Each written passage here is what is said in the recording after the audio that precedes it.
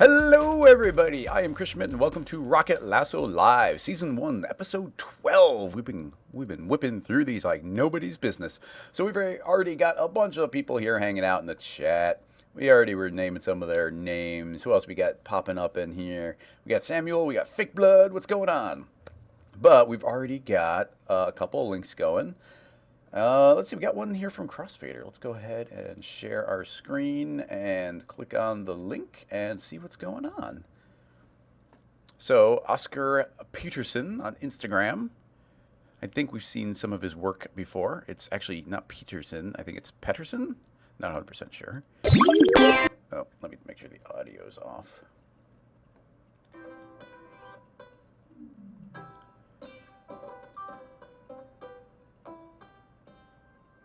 Oh.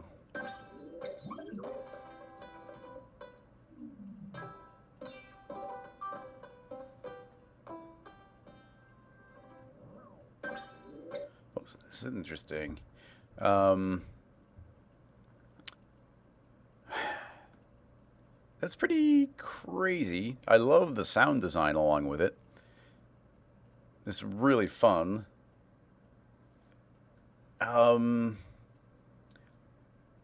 The only thing I can assume, and is there any way to play this without the audio? I don't see any way of muting the audio there. There do seem to be possibly several rigs going on here, which is entirely possible. It goes to some of the basics here actually might not be. I mean, having the different cubes designed and the timing on this is what's making it amazing. I can't think of any super easy way to have done some of that unless you were kind of jumping between several different rigs. And because of the setup, it'd be incredibly easy to let one animate for a while and then it can kind of turn off one rig, turn on another rig in between frames. So, but for some of the super duper basics there, I wonder if we could... even a bend, I'm trying to think of how you would rig that.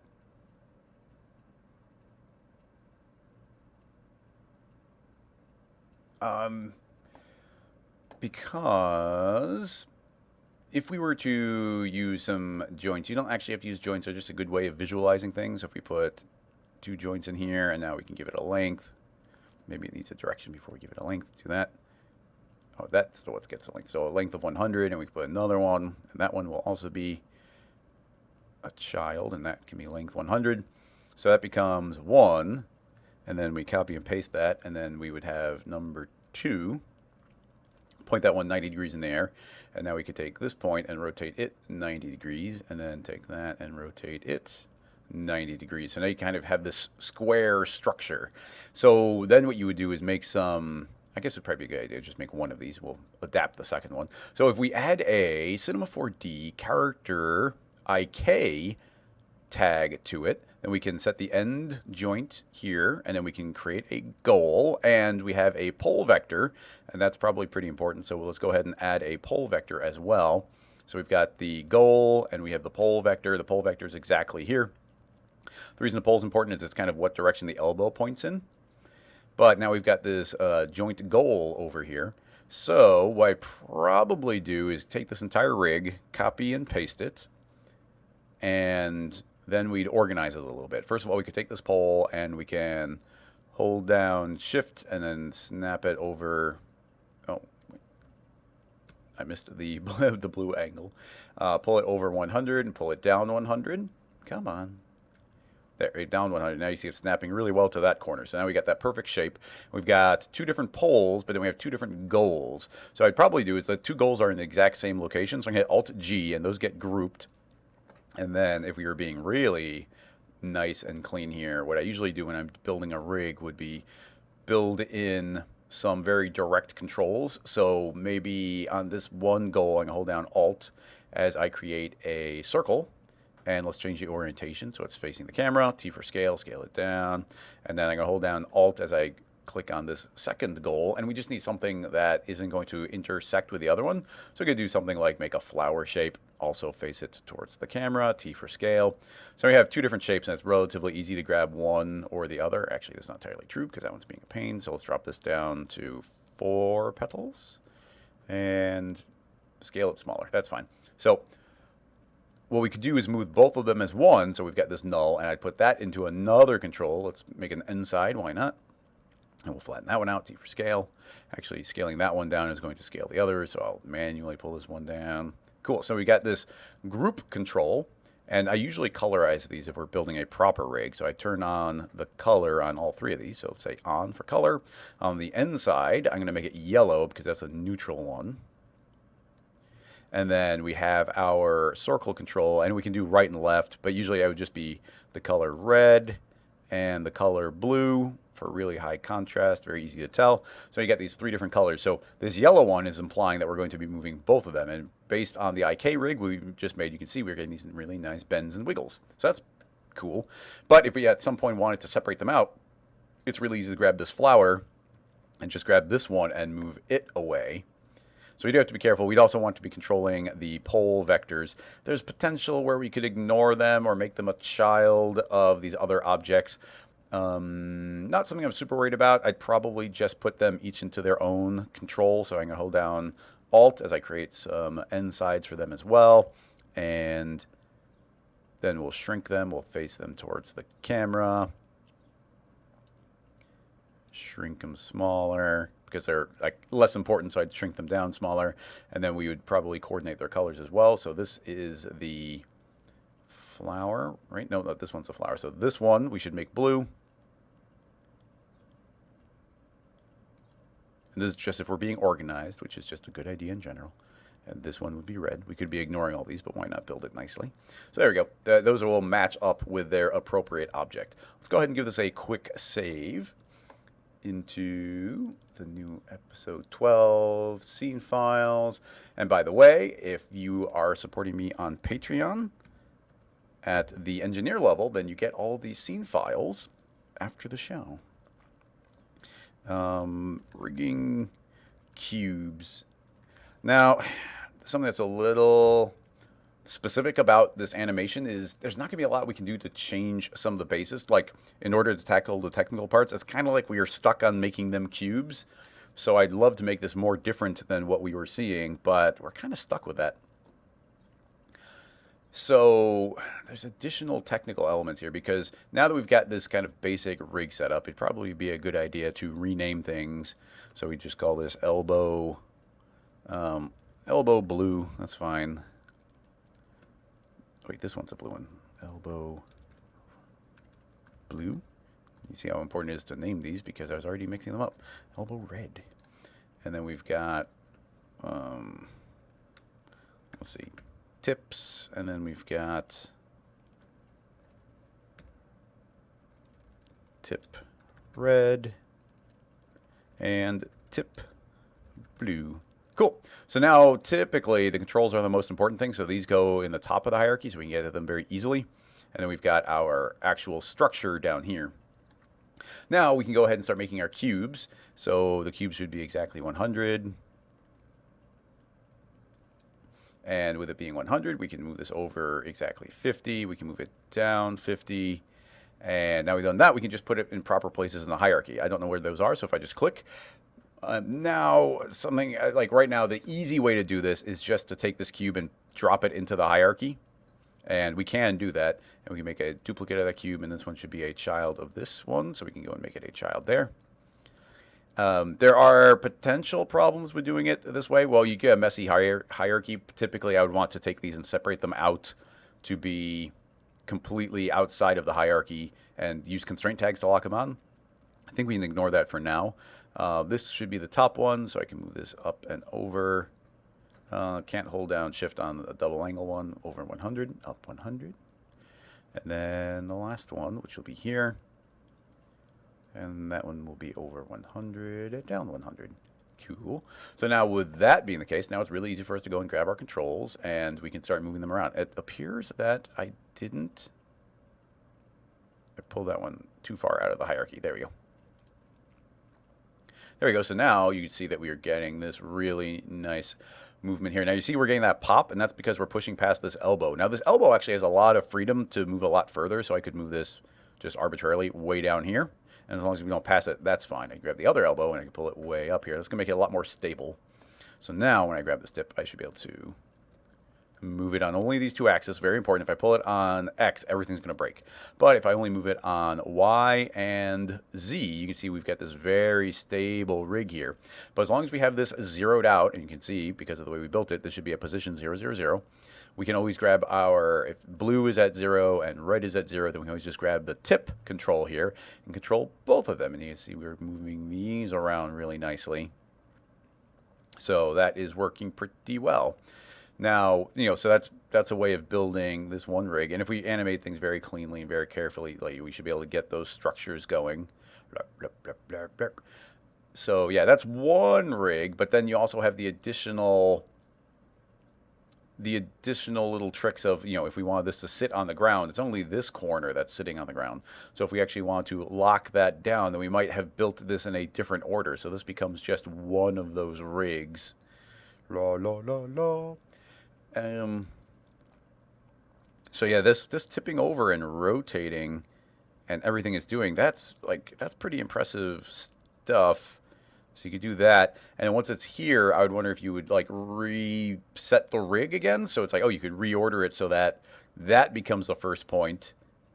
So it's almost like that point is this point, and the controls all move over here with a completely separate rig, reordering it. And then you could continue the animation by grabbing this one and bending it over the other direction. I don't know if that was actually what was done, because it's pretty dang impressive. Now, just a quick thing to point out, if I ever cross this over this pink line, you're going to see that one elbow is going to flip out. It's going to flip to the other side. If I pass it past this line, that one's going to flip out.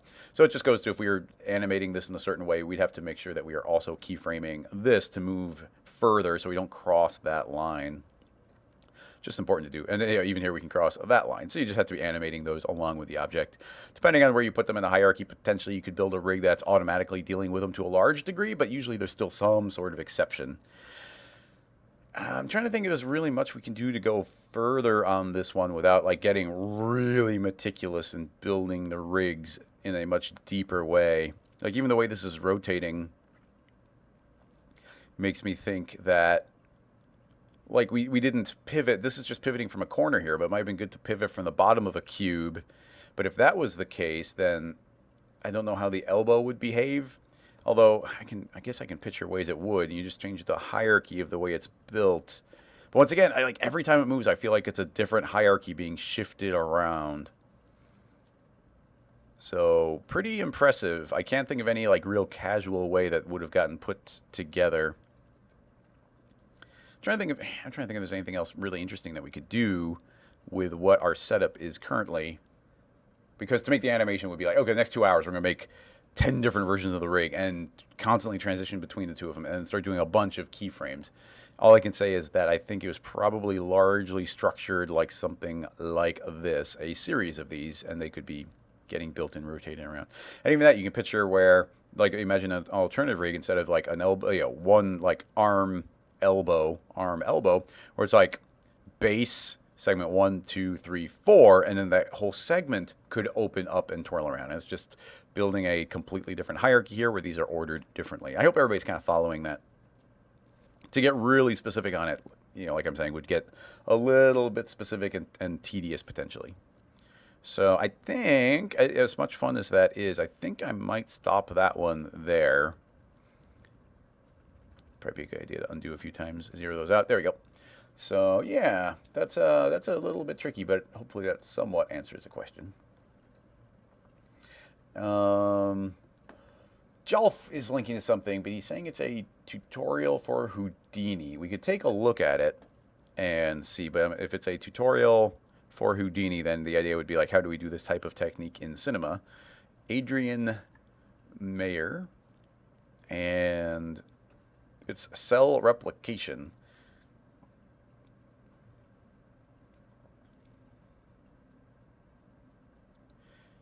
Yeah, it's already super crazy because you can see that these little bobbles and noises up on the surface are sticking.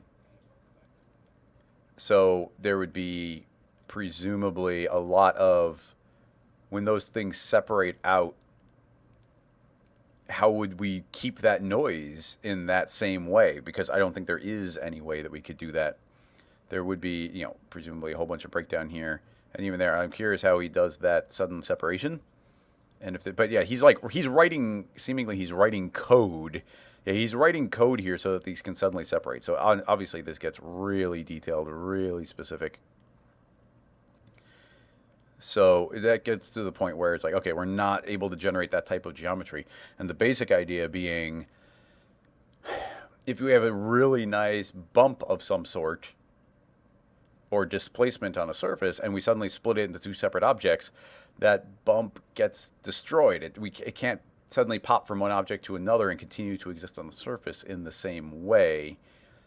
Not in any way that I can think of, because you have to regenerate a new section with the UVs on the inside that are maintaining the shape, and then especially not in any kind of extra procedural dynamic way. So yeah, it's really cool, really impressive, but as far as what we see going on there, like Cinema 4D dynamics do not allow for the mesh to be updated in that kind of way and continue to be dynamic. And I'm trying to think if there'd be some crazy detailed way of doing it where you use like volume, so you'd have to be generating some sort of geometry on the surface. But I still don't know how you'd suddenly get that separation between the two shapes while maintaining everything on the surface so it could then re-blob out. Like, honestly, I just got nothing on that one. Not even a cool tidbit that we can extract out, because the interesting part of that is fundamentally a thing that I can't immediately think of a way of doing in Cinema 4D. Because then it starts like booleaning out half of a shape so you can suddenly convert one shape into two halves of another one. And that just isn't the thing, especially in their rig, even with Houdini, which obviously could do some crazy advanced things. They're writing custom code for it to do additional things. So, yeah, I wish we could get more specific.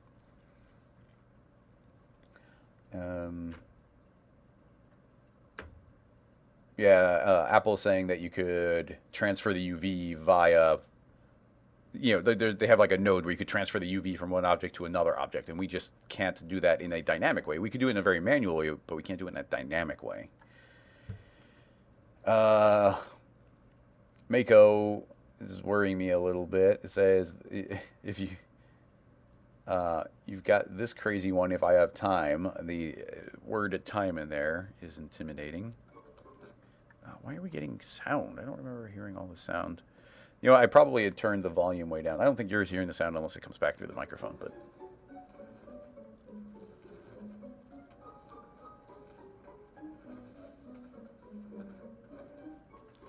yeah, infinite. That's crazy. It's pretty cool. We're back with Fun One Easter 2019 edition. This is from Make Gallery. First of all, it's 3D Max, so it's not Cinema 4D directly. The infinite nature of this is already crazy. I would be...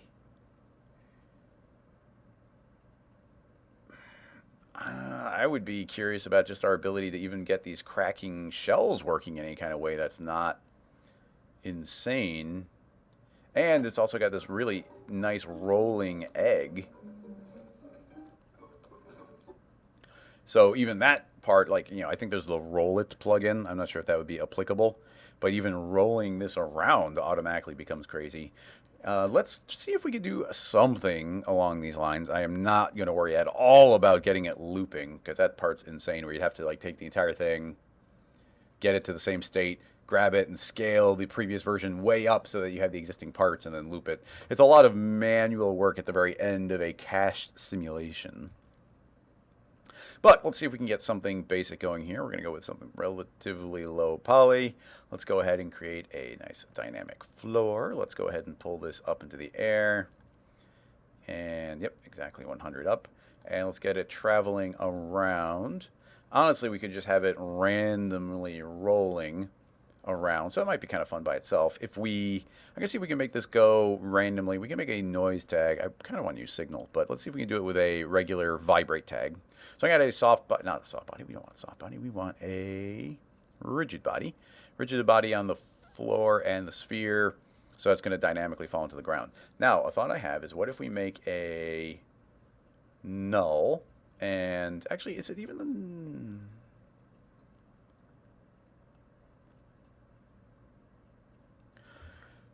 What I want to do, if we hit play, that's going to automatically, it's going to fall and hit the ground and just be sitting there. So essentially, we're seeing nothing. Let's go ahead and give ourselves a couple extra keyframes. Let's go ahead and make a material so that can pop out from the background. Let's go ahead and turn on SSAO so there's a little bit more detail on the contact point. Okay, so what I want to do is have this roll around, and we're going to have some really heavy friction. Let's get rid of the bounce, and let's add 99% friction. And the idea is that I want the sphere to constantly be trying to get to a particular location. So I wonder if we can make a null, and the null's already kind of down here in the ground. If we want to make it really explicit, we can move it down so it's actually below the ground. And I'm going to right click and let's add a vibrate tag just to get some random motion here. I'm going to turn on position. Let's go ahead and make this move 555, 555. Speed is probably way too fast, so I'll set it to 1. Let's hit play, see what we get. Okay, now we're moving around. It's still pretty fast. Let's move the frequency down to 0.25. There we go. Now it's moving around in a slightly more manageable way. That's pretty good. I might move this a little bit further. 111, 11111. So it's about double what we had. So with that moving around, I would go and add a, let's add a Cinema 4D constraint tag. So I'm going to add this constraint, and I'm going to turn it on to like maybe spring. I'm not sure if that is actually, not sure if that makes sense, to tell you the truth. It might just need to be a parent constraint, like a PSR. Would a PSR be the way? I'm trying not to, I'm trying to do it without signal. We could put it on this, I guess maybe we do apply the tag directly and then let it go below the ground. Let's see if we can do it with this workflow. I'm starting to think it wouldn't, but I'm going to go ahead and put this null in here. I'm only caring about position. And let's see what happens. Okay, well, it's deciding to shoot out into space. Let's go ahead and add on a bunch of follow position. So let's see. Actually, that does seem to be working pretty well. Okay, so as this null is moving around, the sphere's position is constantly like, oh, well, I want to be there. I should exist in that position. But the floor is saying, no, you're dynamic, so you have to stay up there, and it's constantly pushing it back. A good advantage of using the floor is it cannot pass through the floor, unlike if we used a plane. It would be constantly trying to sneak through the ground. And because we have really high friction, wherever this position is moving, it's constantly trying to get there. So we're getting this really nice automatic rotation going. Sulk, what's going on? Thanks for making it to a live show. But let's keep going. So we got this nice rotation. We got this friction going. So we get rotation for free, and it's going to be constantly moving around trying to get to wherever this random null is traveling. So we'll just call that the travel null. And let's give this a save because it's working pretty well.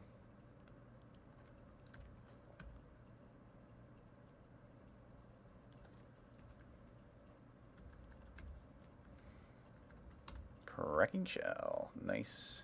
Did we do a... yeah, make gallery. Wanted to make sure we did a shout out for their name. So now for the next step. Let's go back to 0. And you can even see at the time of 0, it has actually jumped to the position of that null, and it isn't until the next frame that actually forces it up back through the floor. That might be something we need to keep in mind. This travel null might need to be animated so it's up in the air and it travels down to the ground. In fact, that sounds like a good idea. I'm going to create a null, and I'm going to put the travel null inside of that, and I'm going to set this to 0. And in fact, yeah, that's fine, but we're going to make this go, let's go 110 up into the air, and I'm going to keyframe that at the beginning. So we'll go to time of 0. And at the time of 0, we're going to keyframe the Y position, and then over the course of, not too many frames, over the course of 10 frames, we're going to have this actually travel down below the ground. So having done that, now you can see that we're not below the ground when it starts. It's going to take that couple frames to go down. And the null is just in the middle traveling down. So this one is free to stay way over on the side and then do the transition from above ground to below, above to below, and that just works. Cool. Okay, important thing to have done there. And it's a little bit up in the air, which hopefully can allow us to get the shell to go. So now we're going to need a second copy of the sphere. So let's say copy paste. And of course, we're going to need a Voronoi fracture. Let's put that in. And on the sphere, let's go ahead and hit T for scale. I'm going to scale up just a little bit. And let's go ahead and go to the Voronoi fracture, and we're going to say that it is hull only, but now we can give it a thickness. So in fact, we probably should, well, I do want it to be a little bit bigger so it's not quite touching, so we can say it's 101.1, so it's just slightly bigger than it. And now we can give it some thickness. Let's make sure we go negative, so it's going to pop out of the surface. Cool, so we'll do a little bit of thickness there. We'll do a shell of 3. And let's add some more segments, more points. Now, if we're going to get fancy, I do enjoy doing this, but it would add some complications. We can add a whole bunch of these, lots of little pieces, and then we can go into our geometry glue and turn it on, and I'm going to say I want a set number of clusters. And what this enables us to do is get more imperfect looking pieces. And in there, I can say, you know what, I want 50 different shell pieces, and it's using our more than 1,000 pieces to generate 50. Let's have this be a little bit more even. Let's go ahead and say that we want 100. Yeah, that's a little better. I'm going to say 150. So there we go. We just get a little bit more irregular pieces, but these intersections could create a problem. So I might go back and simplify it, but that's working pretty well. So we can go ahead and we don't need the, oh, maybe we do need the follow on there. I got to think about how that's going to end up going. That shouldn't be dynamic. We're going to want this Voronoi fracture to be dynamic. So let's go ahead and make a simulation rigid body. And I think one of the things we're going to want to do right away is dynamics, custom, no, not trigger, not immediately, but on collision. And there is a trigger velocity threshold. So it has to be a certain speed. I don't remember that setting be there. I wonder if they got added in. So we have to be going a certain speed before that collision counts, it seems. So that could be good. Now, the trick comes into how do we have this travel around where the sphere is? Because right now it's going to be a mess. If I play, it's just going to, you know, this is going to collide and all those pieces are going to fall off because it's not moving with it at all. So how do we get that to move with it? It's its own independent dynamic object. So how do we make it move with the other object? If we make it just a direct child, okay, it immediately explodes. That's not necessarily wrong. I'm going to make sure that our shell, let's go ahead and make this inner sphere. I'm going to go ahead and indeed make it a little bit bigger just to make sure it's not intersecting directly. It does move very quickly, which is potentially creating that collision. I don't know. Why don't we just say deactivation, trigger velocity threshold. I'm going to start making this number bigger and see if we can start preventing it from breaking. It's not a setting I'm super familiar with. Okay, well that did seem to keep it. Oh, that's interesting. Is that actually happening? I'm going to temporarily turn this off. Oh, that's bizarre. Do you see the... When I made this a child, it looked like it was immediately, like, do you see how it's like dipping through the ground? Why did it do that? Now, you'll see that these pieces actually are staying stuck on the edge, which is interesting. Now, a couple things we need to do. Okay, this is it's going to be a little trickier than I was initially thinking. So I think that we want to get a little collision margin going here so we can go and increase our size increment. No, that doesn't make sense because...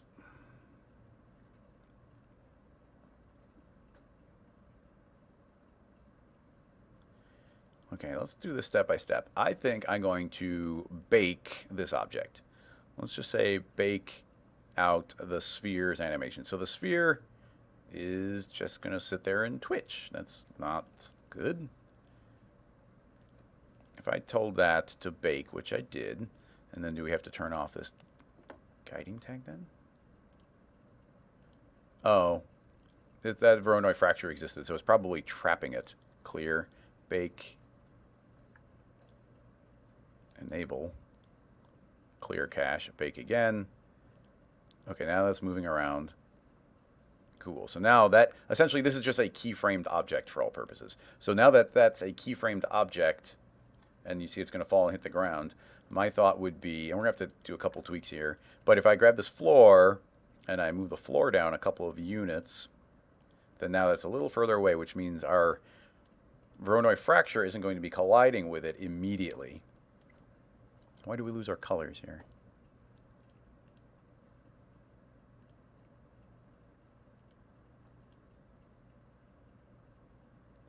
Isn't that strange?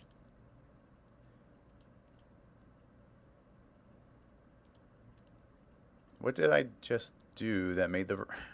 Sorry, we're getting some weirdness here. Did anybody just notice what I did to stop this from working? Why is our Voronoi fracture suddenly not working? Okay, weird. I just turned it on, turned it off, turned it on, turned it off, and now it did come back in, and it's working. So that's a weird one. That's a weird one. So anyway, the next step I was going to do is make that a child of the sphere. And if I play, okay, cool. Now, because that other one's a baked object, it can just move around wherever this one is telling it to go. And you can see that it is now accurately moving. And we've got these nice little shells going. We did make them pretty thick, but that is potentially fine. So now the thought is if we were to slowly start raising up our floor, I don't know how far we need to go. And in fact, with this number being so high, we might need to be decently high. You can see actually that that's piercing through the floor. Let's go ahead and change our display mode here so we can see this a little bit better. So with that rolling around, now we can go into the dynamics of that system. And let's go ahead and chill out this collision velocity. There we go. Hey, look at that. Now that is actually working shockingly well. As this rolls around and hits any point where those are, it's colliding with the ground and then forcing the shell to pop off, and these shells are actually laying on the ground doing their thing. That is working kind of perfectly. Look at that. Look at that, everybody. So if we were to make a nice shell or color on the shell here, let's go ahead and make it a nice bright teal color.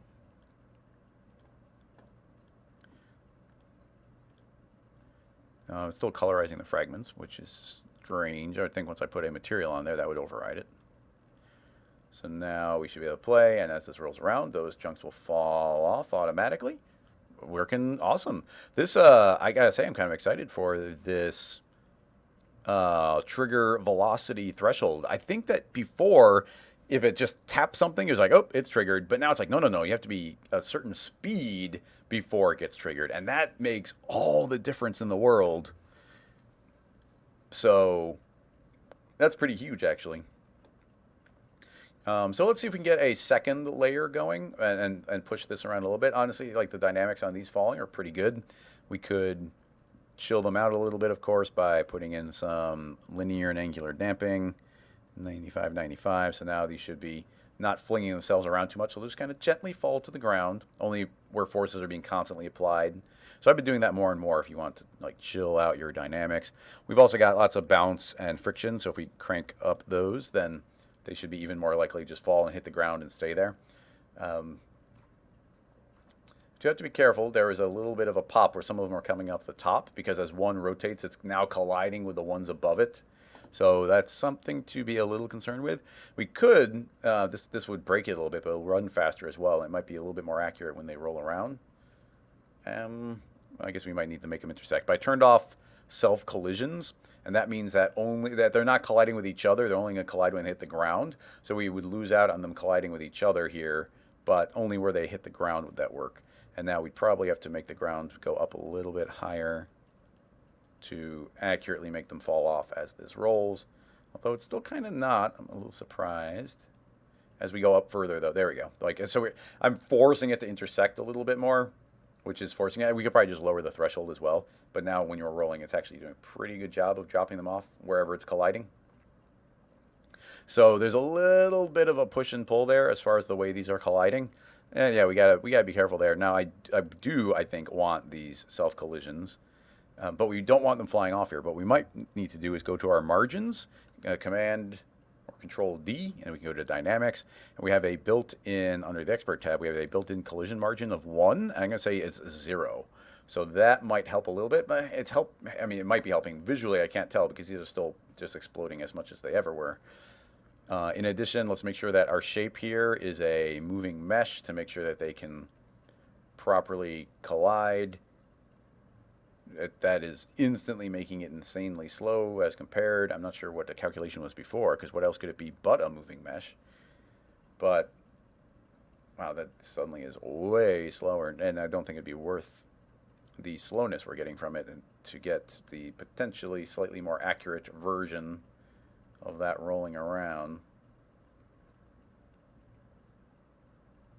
Interesting. So I wonder what setting it's on when it's automatic, because that rolls around crazy fast.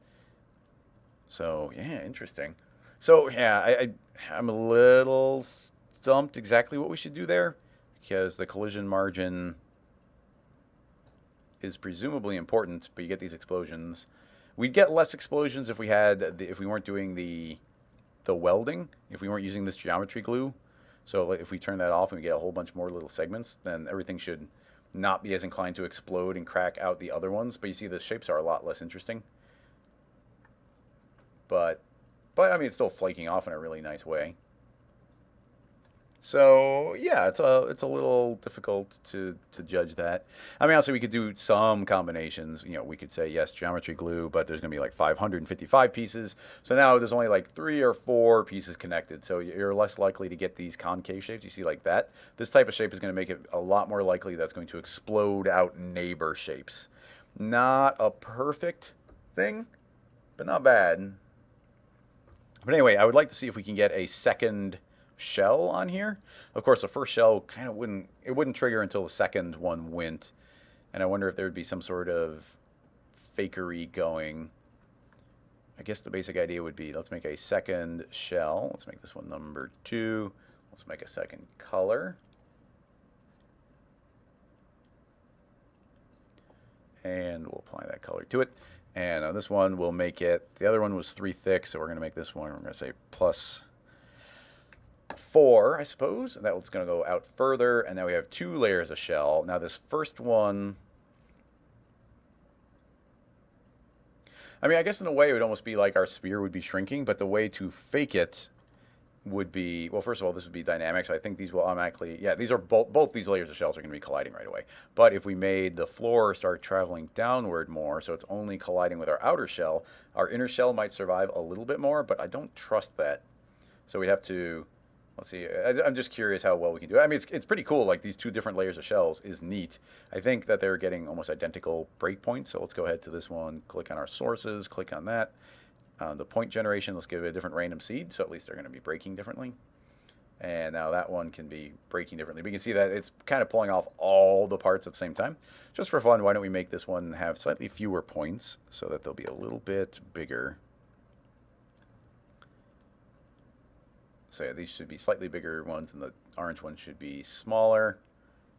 That's interesting. We're not losing that many pieces. I guess the floor isn't too far down for it to intersect. But I think the main point being is like this: if this was rolling around, especially in a more specific way, all we would have to do is make it so that this object is not dynamic until a certain point.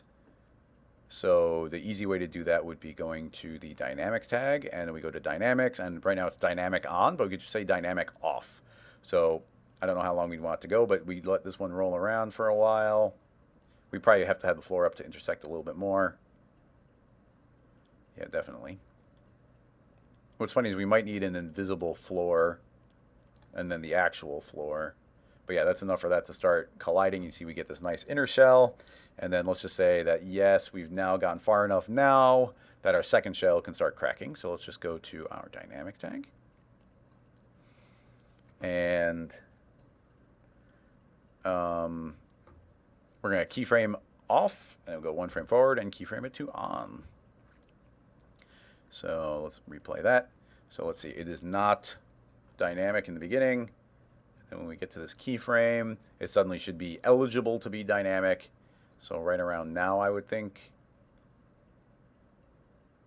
Although, okay, well, what's interesting is like that one wasn't dynamic for that initial part. So even though now I think we did, oh wait, it's still keyframed off. Whoops. So 1 frame forward, turn it on, keyframe. Oh, I don't know why I missed about it. Well, that was a little weird. We had a couple flying. Well, yeah, we do have some flying away. It could be that they're colliding with this inner one, and it's just a dynamic off object, so it doesn't know where to go. But now suddenly that one turned on. A bunch of pieces flaked off right away. Curious. Give me 1 second here.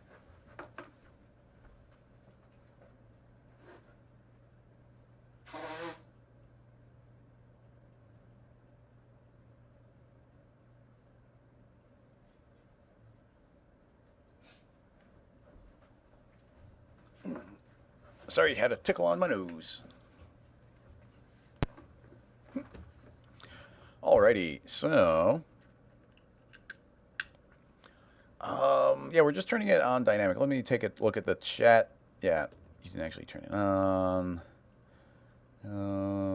Trigger their Y position. That's true. MoGraph. That would actually be a good way of doing this as well, which is actually it's a really good idea. Right now we're saying trigger on collision, but as an alternative, we could do this in a very mechanical way by xpresso. And now there is, although I've never actually done it with xpresso, but I am a little bit curious if we could. Let's see if we can do it, because why not? This rig, let me just hit play and make sure it's working. Okay, that's working fine there. I'm going to hit save. And now let's save it as the next version. And let's just add the word xpresso in here. Now, my only question is about the way it's going to iterate, but let's go ahead and add on an xpresso tag. And here's the idea. If we turn on dynamics and we say that this is going to be triggered not on collision, but by xpresso, then now we need to figure out how those dynamics get turned on. So let's go ahead and right-click, new node, xpresso, actually dynamics, collision body state. Is it, see, here's where I'm not entirely sure.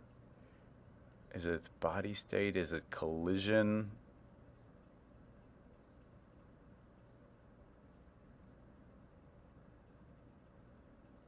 Like, where do we trigger? Like, it could be body state, but I'm not sure. So we actually really quickly have to go and check out the help and see what it's saying for xpresso. By xpresso, use the dynamic body status to dynamic body status nodes trigger command. The dynamic body status, dynamic body state. Is that a specific node? Dynamic body state. Yeah, okay. It looks like I guessed correctly. Cool. So this is the dynamic body state of a particular object. I don't know if that's a Voronoi fracture or not. So let's go ahead and feed in that object. And then we have a setting called trigger. The only worry is, yeah, we have an object index. But let's just go ahead and see if we can get this to trigger or not. So let's go and create an xpresso constant. Make a constant. We're going to feed that in. And the constant I'm going to have set to 0, but we could also tell this to be a bool. Turn into a bool, and now it's true or false. So right now it's false. So trigger, false. So if I hit play, then nothing should be dynamic. Nothing should happen. And if I turn this on, it should all fall off. And look, indeed it did. They all immediately fell off. Cool. So proof of concept. Now, can we have them start happening by index. That's the tricky part, because this starts going into iteration, and that can get dangerous. So we've got the object index. So this is dynamic body state, and we have an object index. My thought is we're probably going to need 2 iterations of this object, because we're going to have to iterate through this one based on its object index to then begin doing the trigger. So that one doesn't get a trigger, and then we can take the feed the dynamic object index into the object index, but we might need a point index. I'm not entirely sure. I literally have never used these nodes before. And then we have a trigger going on. So what I would want to do is, let's say, as a way of testing this, here's a simple testing procedure. Let's go ahead and create a time node. And the time node, I don't want time, I want the current frame. So I'm going to say is if the current frame compares to the index of the object, if the 2 of them are equal, then go ahead and trigger it. We don't need the object index coming out.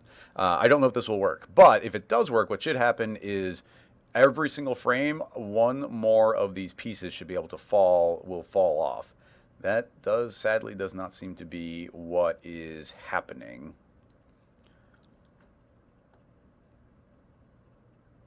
Local position.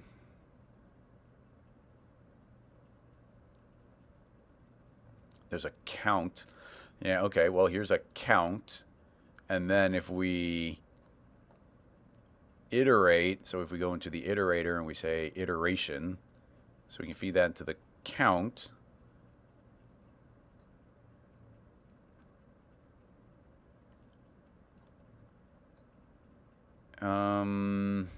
So now we're iterating from 0 up to whatever the total count is. And just to be sure, let's go ahead and I'm going to take this null and I'm going to output the iteration number to the object, or to the basic property of the name. So you can see we have 167 in there. So, okay, there's 167 pieces. That's iterating. That should be iterating through all of them. Now, I always get a little bit mixed up around here.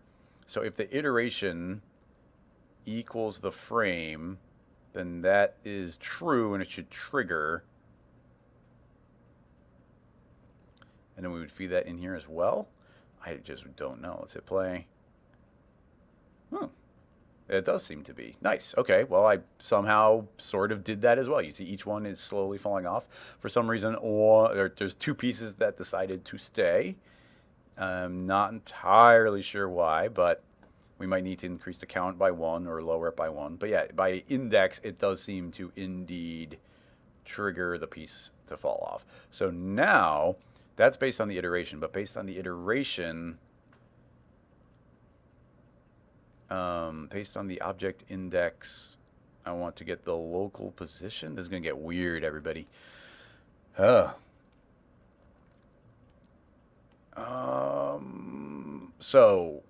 we're iterating through, and we need to get the local position of a particular index. So we don't want to be triggering it, but we do want to be getting the local position. I don't think we get the local position here. That feels like it'd be happening 1 step early, although maybe we can. I don't know if it's automatically going to be iterating through it, because this is probably an array. An array is like a big list of lots of numbers. So this would be 167 different local positions. And if we're not iterating, I don't think we can get that. So instead we're saying, hey, iterate through everything and then check the local index. And if the local index is now something, so we have a local position, which should be, yeah, I'm a little concerned here. But we have a local position, and now if we go into xpresso and we go to adapter and we say vector to reals, then we can split out this x, y, and z from an xyz vector into an xyz separate. And now we've got a y. So now we're going to say if y, I'm going to copy this compare node. If y is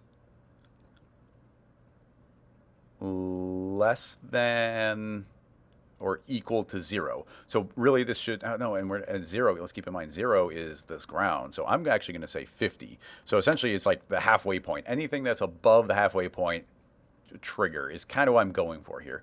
I'm a little concerned. Well, that's if it's true.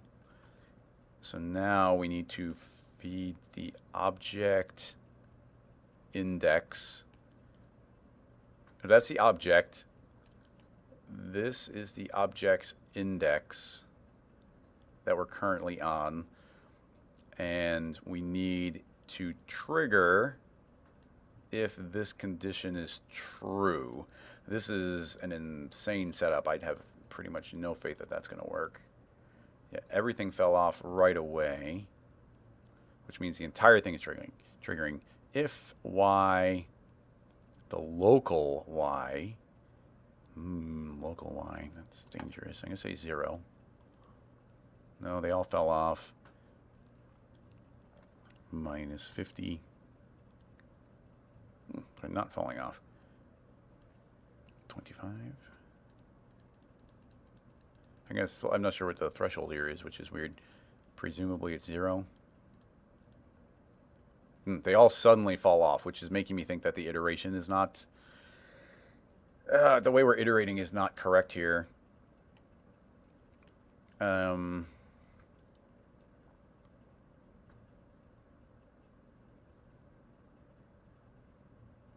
If the index, the earlier setup that we had did work, which was just this triggering, if the iteration equals the frame, if the iteration's object index is y, yeah, that makes sense to me.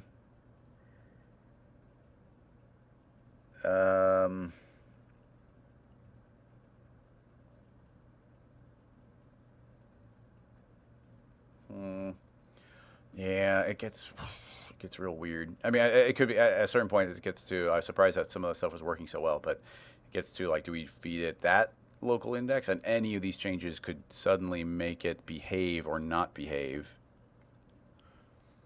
and it just starts turning into a lot of guess and checking. I mean, it does look cool just having all the parts just immediately fall off of it.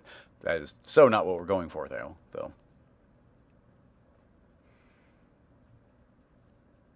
The local position.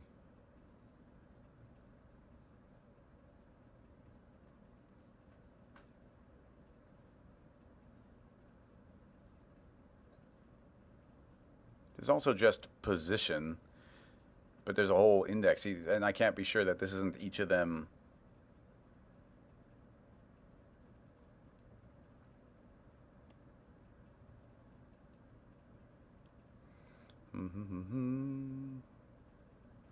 Iteration, local, object index. Oh, whoa! I think I did it by accident. Not by accident, but I didn't know what I was doing there. But it totally seems to have worked. Okay, let's clean this up and then talk through what's happening. Okay, we don't need the position. We don't need that object index. Okay, iteration start. Dynamic body. Let's clean this up. I'm going to reorder things just so we can see we do not need the local position there.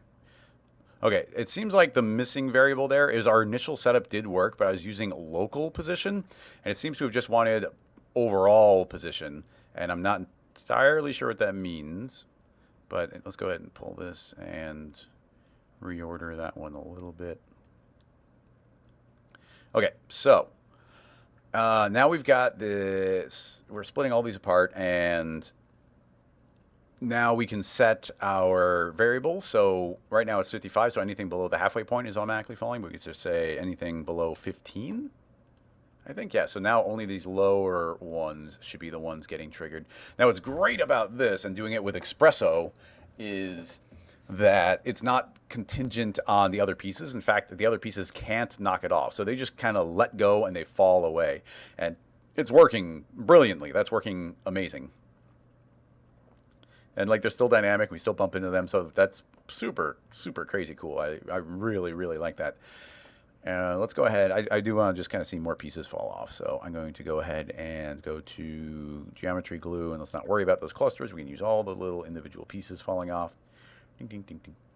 And now, actually, what's kind of fun is like all these are falling off in a really wide swath. But if we go to our compare and we start making the number smaller, we should start getting a thinner line. So yeah, look at that. Now we get a thinner line of the ones that have just barely gotten below there. And if we start going lower, we can't go too low, but there's going to be a threshold in which we will just barely get the ones that are sneaking through. You see our line is getting thinner, thinner, thinner. Nice. So yeah, we have this, I don't think we can really go much further. You see, I've got this really thin trail now, but that should just mean that we have more opportunity for this to roll around and leave more of a trail instead of big clumps. But you do have more likelihood of like one being left behind like that. But that is working. We're going to go ahead and save that. I don't know if everybody, I'm not sure I am following along with, dang it, I did that thing I do. How do I do that? Go here, over here. What was it? Control over, bio. Nope. Dang it, somebody gave me a heads up on a good way of making that pop up into at least on the screen. But anyway, yeah, I guess this all makes sense. It's just a particular combination we weren't sure was going to work. I'm really glad the iteration worked because that's something I can often, I have to guess and check, guess and check, guess and check. And the fact that we got it on like the third try is pretty good. But anyway, let's see if we can get our inner shell going. So we can copy and paste that one. Let's grab our inner shell and let's go 1, 2, 3, 4 down. And we'll pull our teal color back on, rename it number 1. And that one, we just don't trigger it until a certain point. So we could, we could still just add the dynamic body on. I think if that's off, it should still work actually. So if we let this roll around, and there's only going to be a handful of those that ever sneak through there, so that's actually kind of interesting as well. We're going to have to change its threshold. Honestly, if we were building this as a more complete rig, maybe, yeah, see, I don't know how far I'd want that to be able to go. Maybe right around now. And we could say dynamic on, rewind 1 frame, say dynamic off, keyframe. And now those wouldn't be able to fall away.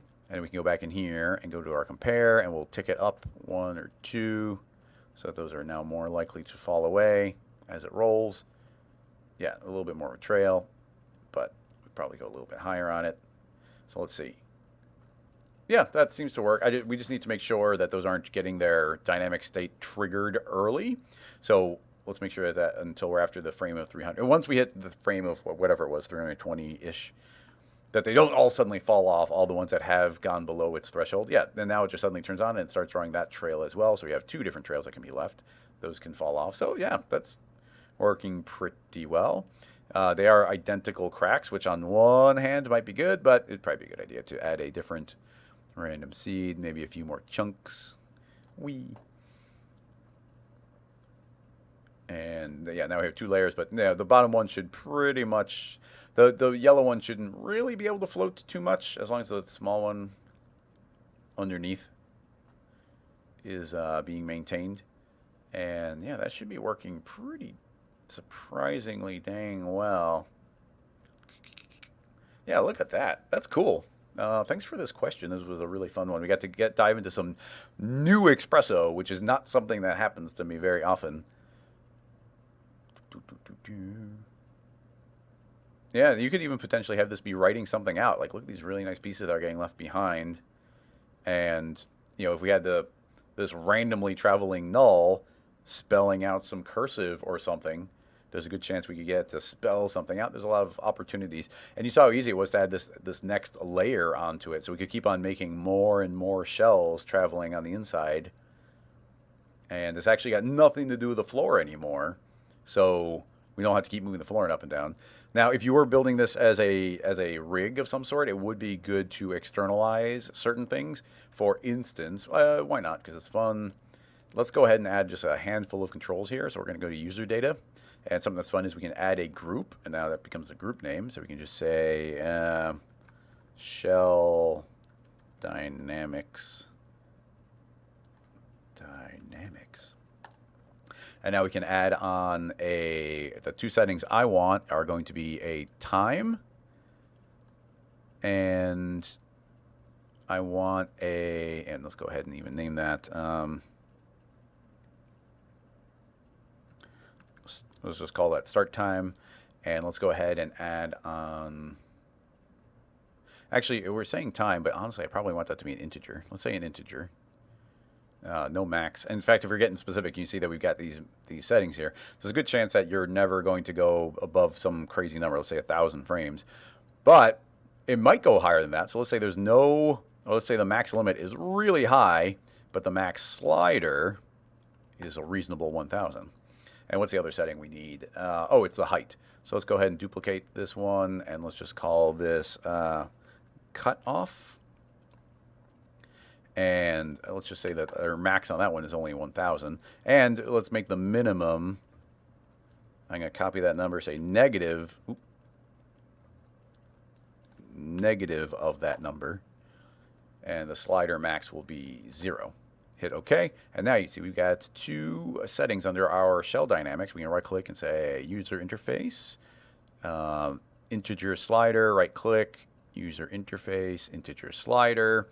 And inside of xpresso, we can go ahead and bring our Voronoi fracture in. And I'm going to say that I want those two settings. So we can go to shell dynamics. We have our cutoff, shell dynamics, start time. So now our cutoff is really straightforward. That is just going to be what we're comparing to. Right now we're comparing to -1. So what we should do before we forget is instantly make our cutoff a -1 and feed that in to our compare, because that's what we're comparing. And now we probably, with our start time, we need to make this a valid thing that only happens if the condition is true. So we can add a setting called on, and that means this is only working if this is being fed a true state. Otherwise, this is not triggering at all.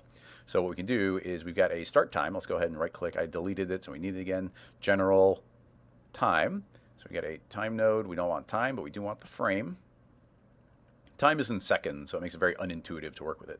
So now we're going to make another compare node, and we're going to say if our start time is greater than or equal to whatever the current frame is, then this is outputting true.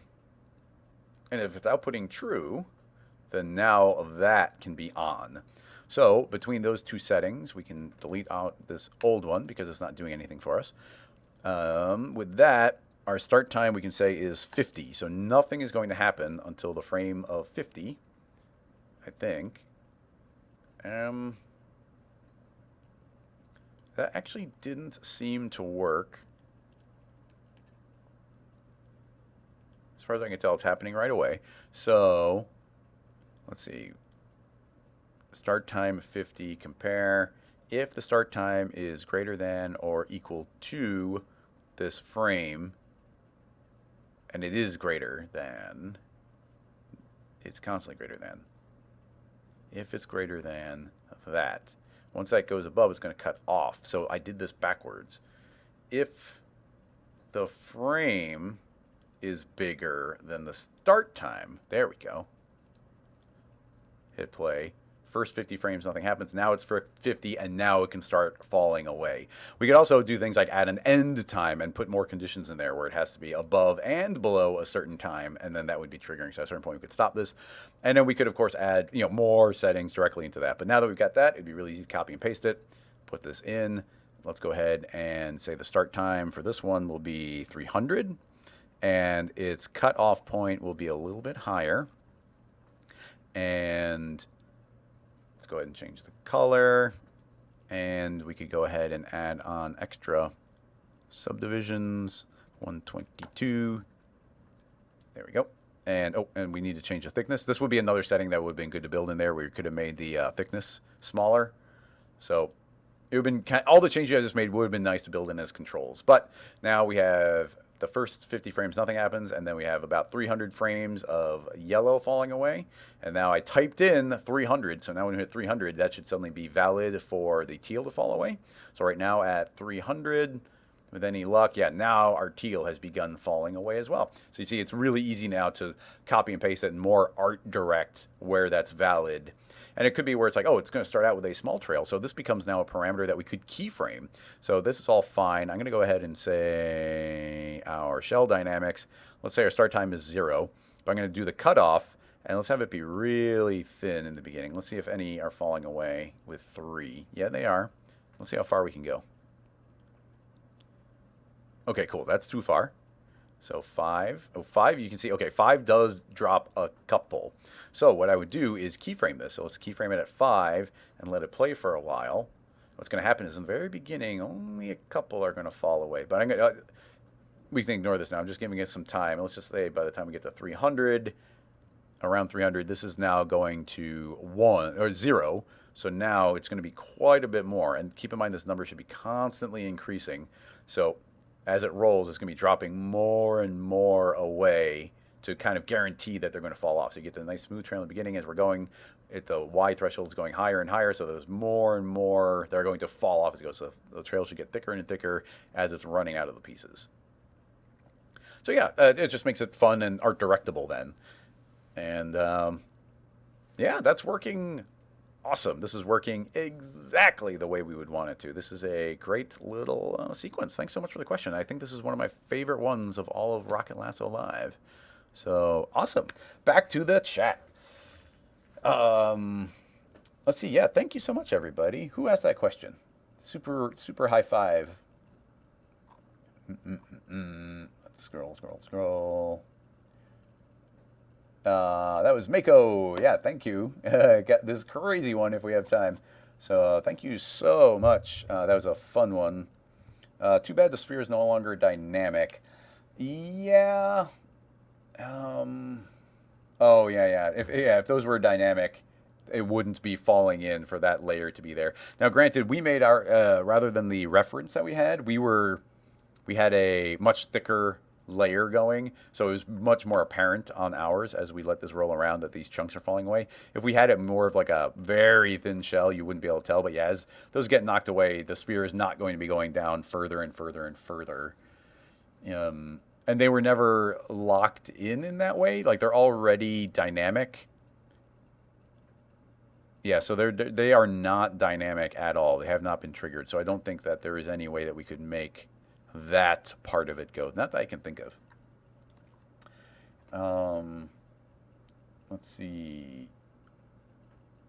Well, thanks everybody. Yeah, that was a fun one. Bhavana, how would you model spheres dropping into an open cube as a solid, non-liquid? Yeah, this question is like 10 times too long, and I am not following it. How would you model spheres dropping into an open cube as a solid, non-liquid,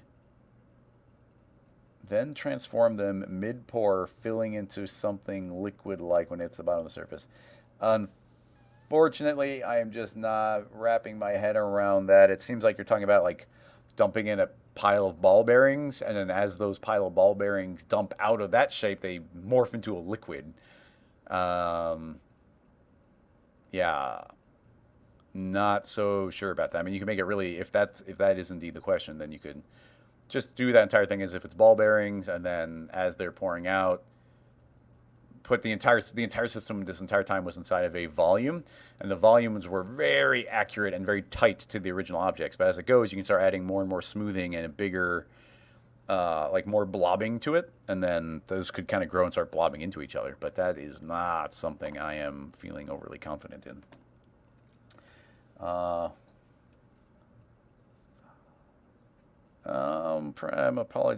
apologize for the pronunciation, but is it Salkal? I'm not sure how to pronounce it. If you type it out phonetically, that would help. How would I do a jumping object from left to right using only signal? How would you do a jumping object from left to right using only signal? Your timing makes it feel too robotic. Well, we can answer this one pretty quickly. So Signal is a plugin from Grayscale Gorilla that I helped make. And you are asking how to jump an object from one side to another. So let's just make the assumption that there's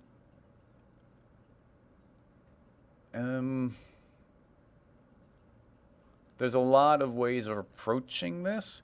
Let's go ahead and just make a sphere And let's move the sphere up 100. That's not the sphere, that's the floor. Okay, floor, you go negative 100. So if we were to right click and add a signal tag, we need to control it somehow. So we could control the X, Y, and Z simultaneously, but the problem with controlling X, Y, and the Z at the same time is that all three of them are doing different things, and signal would make them do the same thing. So instead, what I would do is grab just the Y, and now we're driving just the Y, and we can make it bounce. So let's go ahead and grab our first point and our second point, put them on the minimum. Let's type in a maximum of, I don't know, let's say 1,000. And we'll bend this up, and we'll bend that up, and we'll get a nice arc in there, just with 2 points. You see this nice arcing curve. So now that nice little curve should shoot up and fall down.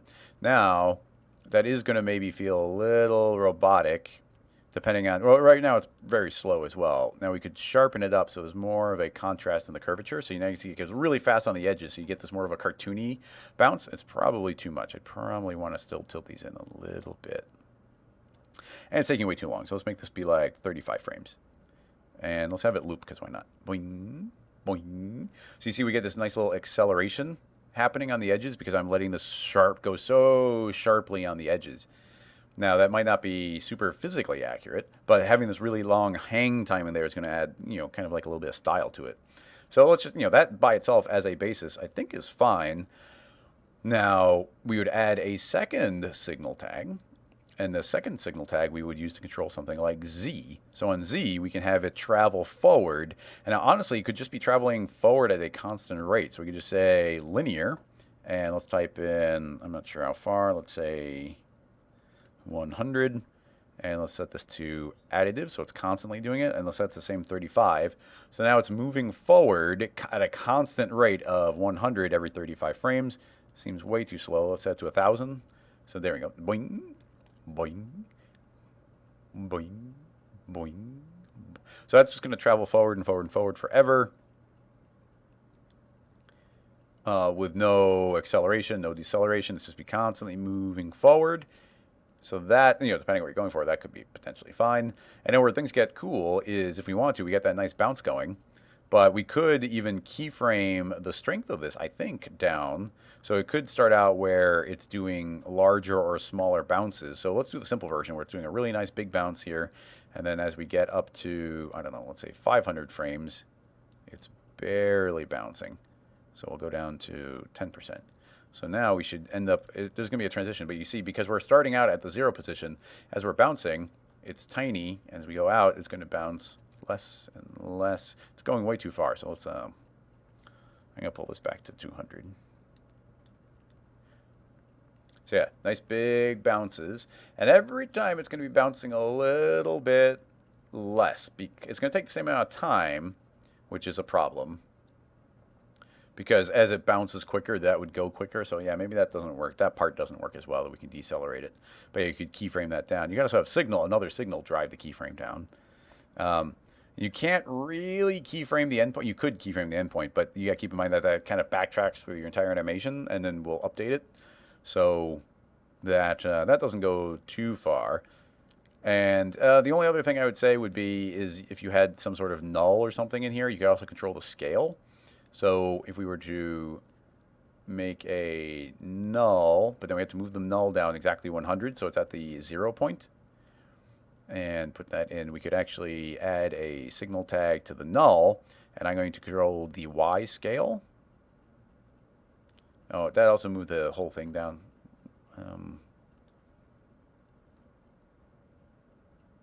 I guess, because that's set at 0. So we actually need the base to be 100.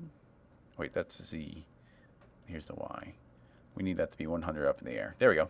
Yeah, the base was saying go down to 0, and the null was the new 0, so it's forcing it down. So we had to offset that. Anyway, if we go to the scale, then we could say the scale min is 0, and then the max is 100. So now we could do the kind of the same arc. Select that point. Let's pull it down. Now we don't actually want to go down to 0, but I'm going to go down quite a bit. We'll pull this one down. I'm just going to eyeball it, but pretty much the same amount. And then we can actually go extra crazy here If we wanted to keep it within the realm of what we're seeing here, we'd actually say that it's got a max of 2. So as these are going to bounce up, and then we'll have a midpoint be more of the 50% mark. So I'll try and explain what's going on here. So the idea here is over the course of 35 frames, this is going to go from a small fraction of its total height, from its normal height of 1, it's going to go down to about 0.2. So you see it squishes down.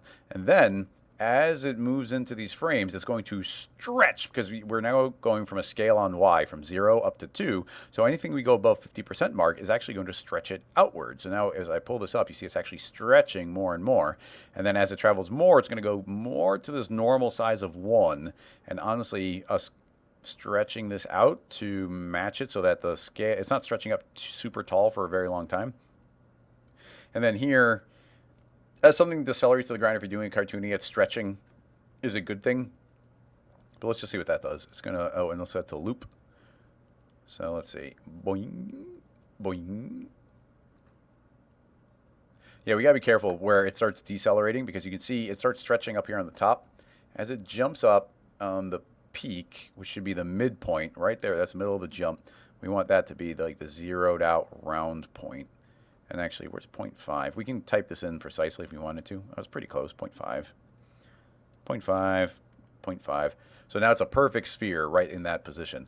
But we want it to stay and then as soon as we get past that frame, it's going to start stretching the fall, which is potentially fine, because like as something's decelerating down, you can kind of do like a smear frame where it looks like it's starting to stretch down. But I would probably want that to delay a little bit, so it'd probably be a good idea to add a second one in here, also exactly at the height of 0.5. And let's give it no curvature here. So now there's a little bit more time in which it can stay 0, and it will stretch as it gets near the bottom. So we're going to get this cute little squish, squish, squish as it's going. And then, yeah, we get this big jump. Herp. Now, something we could do is we would want to build in some anticipation into that, where it looks like that's happening a little bit earlier. So what we can do is really easy in Signal, is we can go to our offset, and I can offset this to -1 frames. So it's actually going to happen 1 frame earlier than everything else. So as this falls, it's going to splat and then spring up and then go launching into the air. So we pushed it back 1 frame. Hup, hup. And now that should just keep on looping and hanging in the air as it goes. So that's working actually quite nicely. I like that.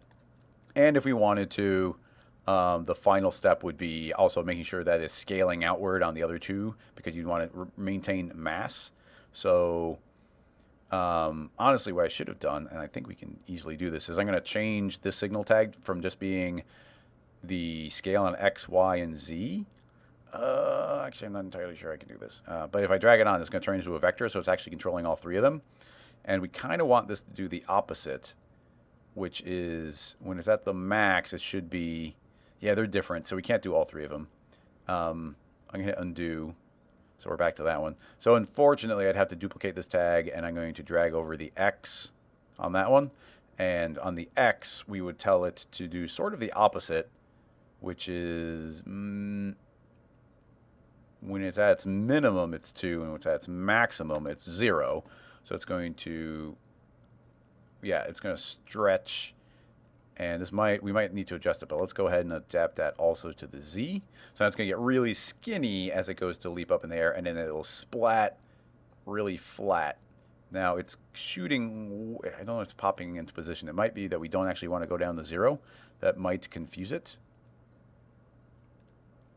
So let's not go to 0. Let's go to like, whatever, 0.1. No, it still is jumping over. Scaling objects is a danger. Oh, okay, I know what's happening. Scaling objects in Cinema 4D is a dangerous thing. I always talk about this, and it's always like, I so rarely get to show an example why. You see the first jump looks good, but then after that, look how it's kind of doing this weird zoom, zoom. And why is that happening? Well, why it's happening is because we are scaling a null, and the sphere is traveling further and further away from the null. But if that scales down, it's suddenly going to shoot back over to catch up to it. So that makes perfect sense. So the easy way to fix this is to make it so that the position that's traveling forward is actually the null and not the sphere.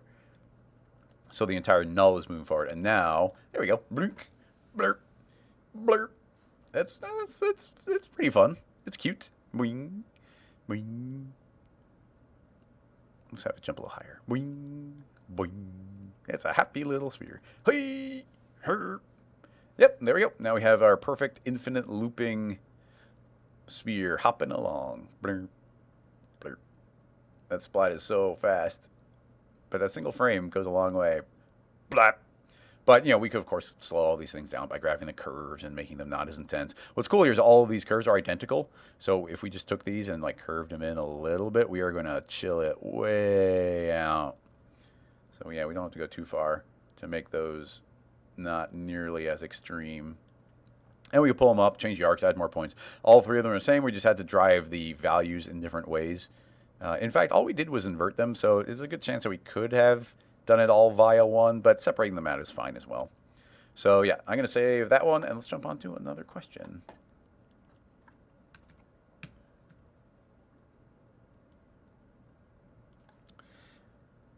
Hopping. Hoping? Hopping. Hoping sphere signal. Cool. Yeah, thanks. That should work. And what's cool is we should be able to drop like any object into that as well, and it would be doing the same kind of jumping. And you can keep going. If there's a cube, it doesn't matter with the sphere, but there's a cube, then you could do some spins in the air. That's fun. Mako says he's got another one. Dangerous. Nepster. I'm not sure what sound effects I was making, but yes, that is highly likely.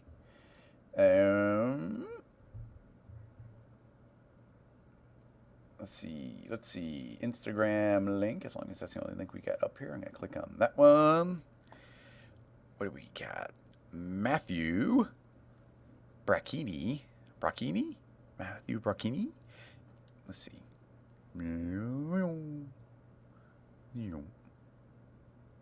Whoa. Whoa. Funky perspective.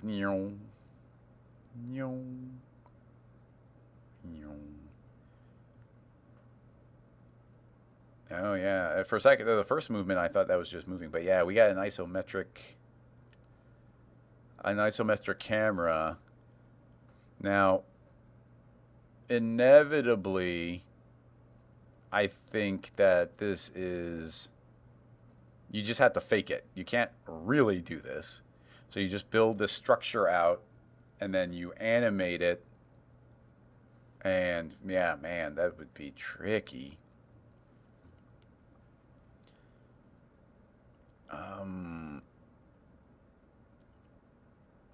But yeah, the keyframe, yeah, them transitioning, even that's pretty funky though. Yeah, let's see if we could do something here. It is pretty neat. I'll give that a save, open up a new one, and let's see, what's the, I'm trying to think of what the absolute simplest version of this will be.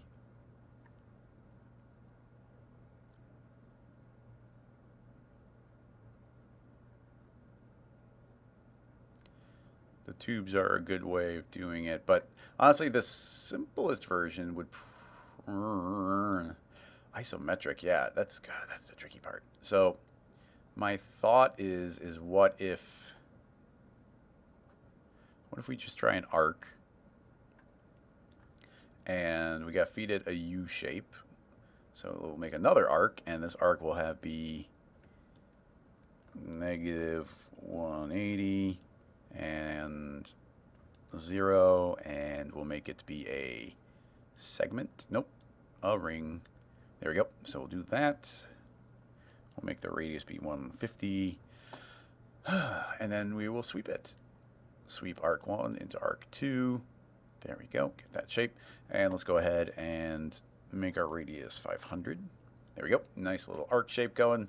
So the first question is, can we make 3 of these look like they're 4 in an isometric camera. I don't know, that is actually possible. Let's do a parallel camera. And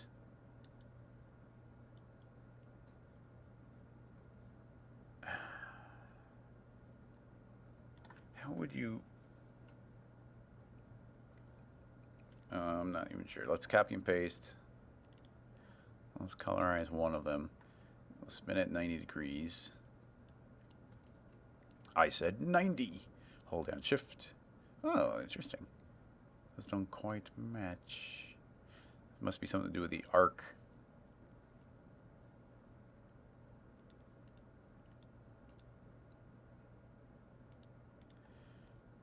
I don't have to worry about that. The arc is clearly not finishing off its curve. Not something I want to worry about right now, but the idea is, I think if we were to take this and move it, no matter how far away we move it, we can move it really far and really far, but it's still visually looking like it's matching up. You see? So we do that. It's like, oh, wow, those are matching up. But then we rotate the camera, you see, oh, no, they're not. So that's the visual part of this trick. When we're a parallel camera, those look like they're matching. So, yeah, I guess it, honestly, I guess it just goes to... And would one of them be 180? That's the part that's throwing me off because, yeah, I guess they have 2 different curves that they have going on here. Down, and one curve. But I think that we could...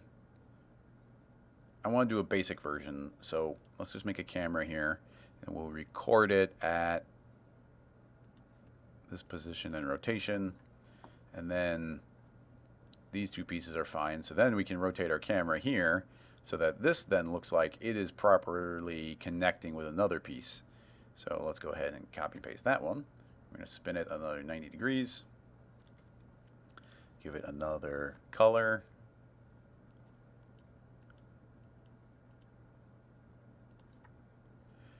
And let's move that one in a strange new position.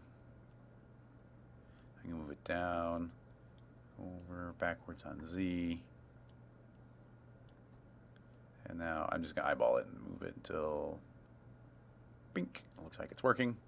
Cool. And now that is our new camera position. So I'm going to hold down Alt so it doesn't update my camera, and I can jump over to 20 frames.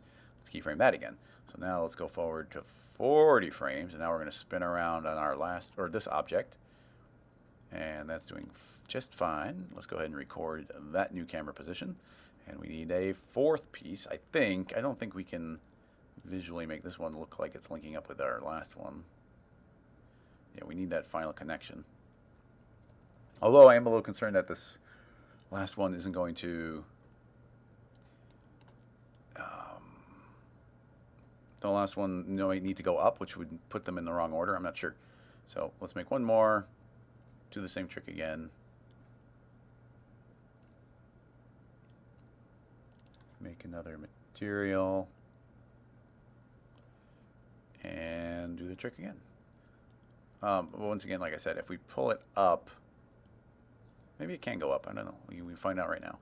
Let's pull it over, back, and then up.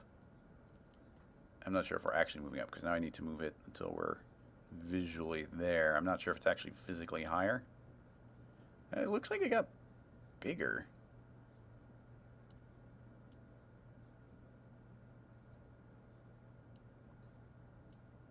Yeah, not perfect. What did I do that made it look like it is matching up perfectly? Because it doesn't. It feels like we're scaled up. What did I do that did that? I mean that seems visually fine, but still seems odd to me. Did we keyframe this new position? I hope so, but we're not sure, so I'm going to keyframe it again.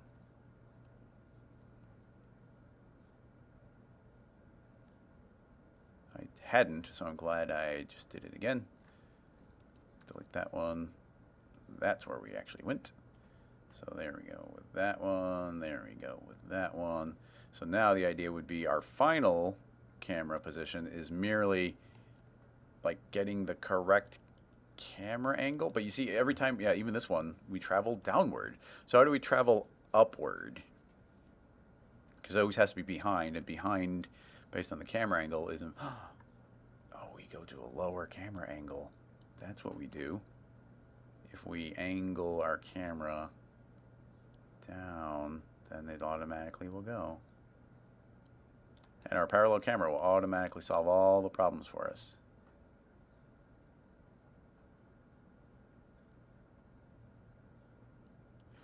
Yep, something like that. And then we just go back to the beginning. So we jump over to 80, re-record those. The camera's going to be a little crazy, but we go, yep, yep, yep. Yeah, so now we need to hold on any one of these so we can go and duplicate our frames. In fact, we probably need at least double. So let's grab these. I'm going to pull it out to 160, and now I'm going to hold down Control or Command as I drag this, and you see I've duplicated my keyframe. So now it's staying in the same location until it moves, and it stays in the same location until it moves. Same location. Yep. There we go. And then it spins back around the final position, which is a little crazy. We don't need to hold on this final one, so our animation ends at 159. We just need a better transition here. So, and even in fact, yeah, that's difficult to do. Yeah, the camera spins around. Whoa! So we need that to not do that. I need that to maybe spin around 360. So I'm going to say plus 360. Should be the same position. I'm going to give myself the extra keyframe because I can't override a keyframe unless I'm on it. So if we say, oops, what was that? If I say plus 360, then it should spin the camera around one, and then hopefully this rotation is better. Yeah, there. Now you see that I actually needed my camera to go 360 instead of whipping backwards to undo all that rotation. So hopefully that transition inside of the camera looks a little bit better. So, I mean, it's better. It's not going all over the place. I mean, as we separate these things into like an absurd distance, so that doesn't work. But now at least we do have this kind of impossible geometry all laid out. And, you know, I'm not going to turn this into some sort of final sexy looking art piece, but if we just keyframe a sphere properly, this should just kind of work. Let's go ahead and apply a final material to it. Let's go and make it blue, nice. Let's make it purpley, yeah. And let's see, we want to make our sphere 150. I'm not going to worry about it rotating, but if we copy our arc on each of these, I kind of wish I had done this prior, but I'm just going to make it a child. There we go. We had that. In fact, it's just traveling that arc. So if we just make the sphere a third child, shouldn't break anything. And I'm going to put a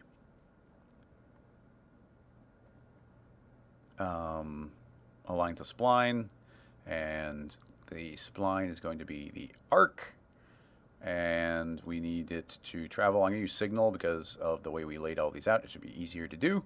Grayscale Gorilla signal tag. Let's go and grab position. This is just instead of keyframing it. So I want this to transition from, I'm going to make it linear. Let's make everything easier. Linear. It's going to travel from 0 to 100 over the course of 40 frames. Is that what we gave it? Yeah, 40 frames. So that should be traveling there. Perfect. So, yeah, that's working great. So then we're just going to them to turn on and off at the correct time. Now, we should be able to do this in a pretty simple way. Honestly, these don't even need to be children. We just need to pull it out. And we need sphere 1, 2, 3, and 4. And all we need to do is change out our, go into our tangent spline, and then say the next arc, and the next arc, and the next arc. And now we got all of those. And now we're going to have 4 spheres. And if we tell this to loop, we should have 4 spheres. And they're all going to be traveling. Okay, hang on. We got to think a little bit. It's a little whipping around a little bit on me.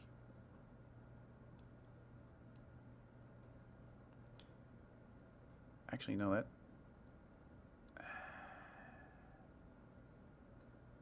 See, that one works.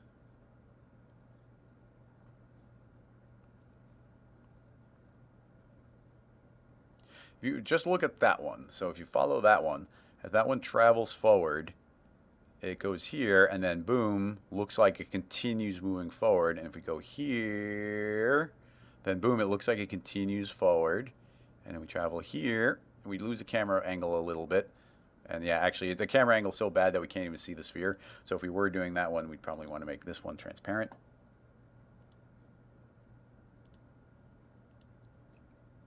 So it's a little bit of a fake there, but you can see that now that one indeed looks like it's continuing to travel and then moves into the last tube, and then our final camera zooms up. Of course, we're losing our angle, but that's just us animating the camera better. So now it just turns into making sure that these only exist at the time that they're supposed to. So I think we can possibly, Signal's already doing a good job for us, so why don't we just add another signal tag, and it's going to control the enable. So it's just turning on and off. So it's a bool, and I'm going to say it's taking 40 frames. So threshold will be 1, and this will be linear. So all this is saying is they should all disappear once we hit the frame 40. Unless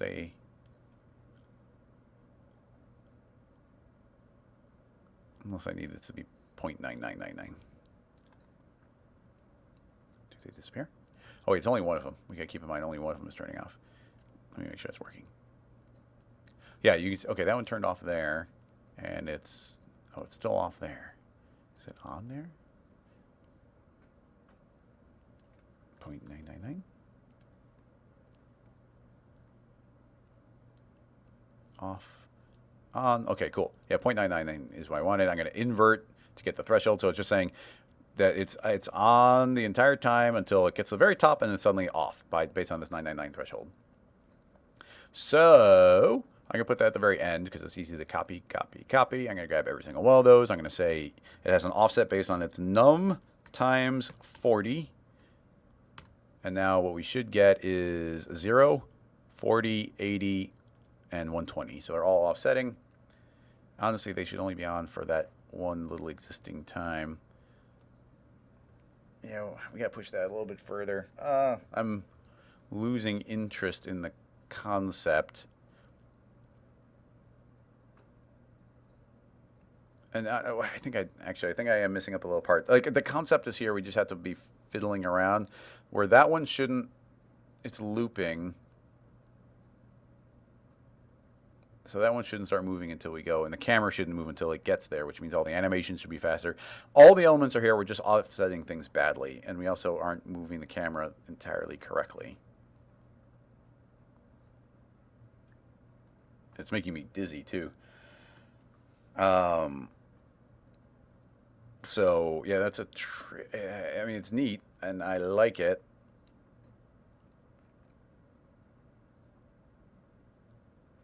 We would want to build it a little better. Get the angles a little bit better. Make sure our camera is in slightly better control. Probably put a target on our camera before we build it. And all the placement is very particular. And then offsetting the spheres, we want this one to travel for the first 40 frames. And then right as it gets to the end, the next one takes over and continues traveling the next 40 frames. So that would be the way I would want that to go. We could do a target, have the camera target a particular position. That would work well, and we could just transition from spot to spot to spot. That would be good. You could probably even just arbitrarily place them, and it's all about the camera angle that's going to place them. And then even here, see, one of the points is if you see how this one looks bad, because you can see it where it's overlapping itself, but that problem is automatically solved. We grab the proper sphere here, and I'm going to delete signal for a second so I can override it. If I push this position up to its final position, you see that it's actually going to properly be blocking everything we see. Although, having said that, there is this interesting variable here where this one properly blocks that first half, but it doesn't properly block the second half, because you see this actually starts overlapping on the next piece. So even that might turn into we need some sort of Boolean thing where it chops off and the other one continues, so you never quite see the other one there. So almost on one frame, you can see half of one, half of the other one, so that they are working properly. So there's an additional trick there. I would be curious tackling it again at some point. So if somebody hits me up with this question again sometime in the future, that might be good, and we could do it in a more meticulous way.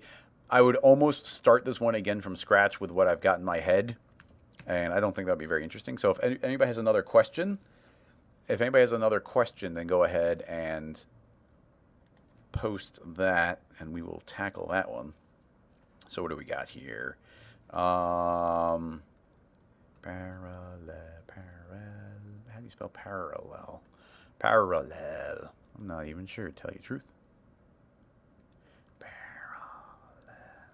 Yeah, I don't know how to spell parallel. We're just gonna, I'm just gonna call it loop, because I can't spell it. Parallel. Doo-doo. Thanks, Red Shark. Mako has another link, which is kind of an explanation of it. There's another person doing it. I don't see this as an explanation, although that's crazy. Whoa. That's really cool. This isn't an explanation. It's the exact same idea.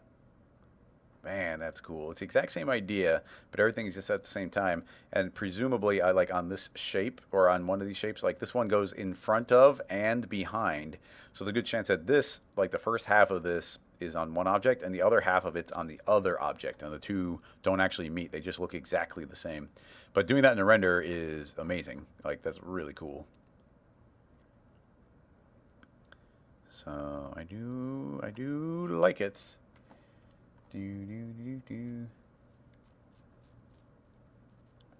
Clarifying message on Slack for the last question. Let's see. On Slack, you sent me a message. So the question is, drop into a cube. What drops in the cube? Then drops into a liquid at the point of contact in the cube.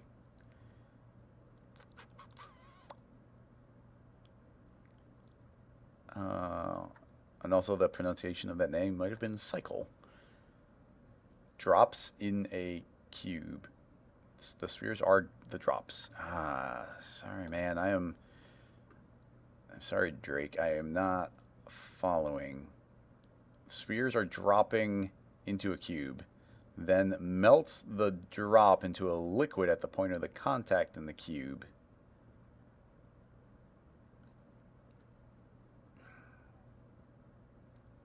So you're saying it's like a ball of molten metal that's perfectly in the shape of like a rabbit, but when it actually hits contact, it turns out it's actually made of a liquid. Is what I'm maybe getting there as a question?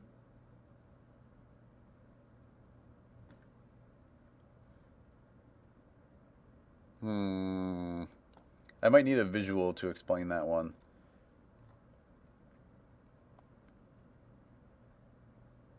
Upon contact with the surface of the cube.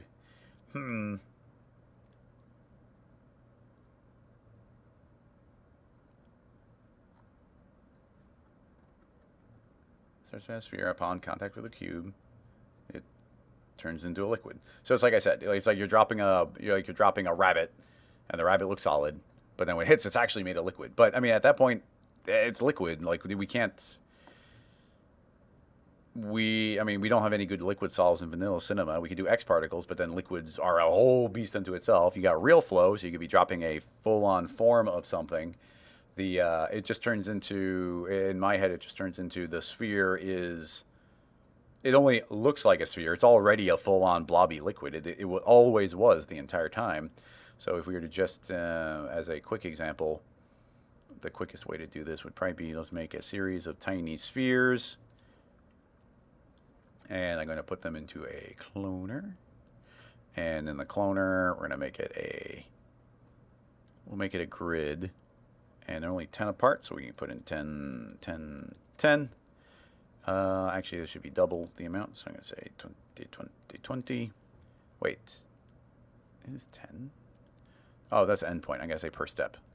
There we go, 20, 20. I was like, that doesn't make any sense. 20, 20, 20, so per step. And now if we make it actually, I don't know, 9 by 9 by 9, it's a decent resolution.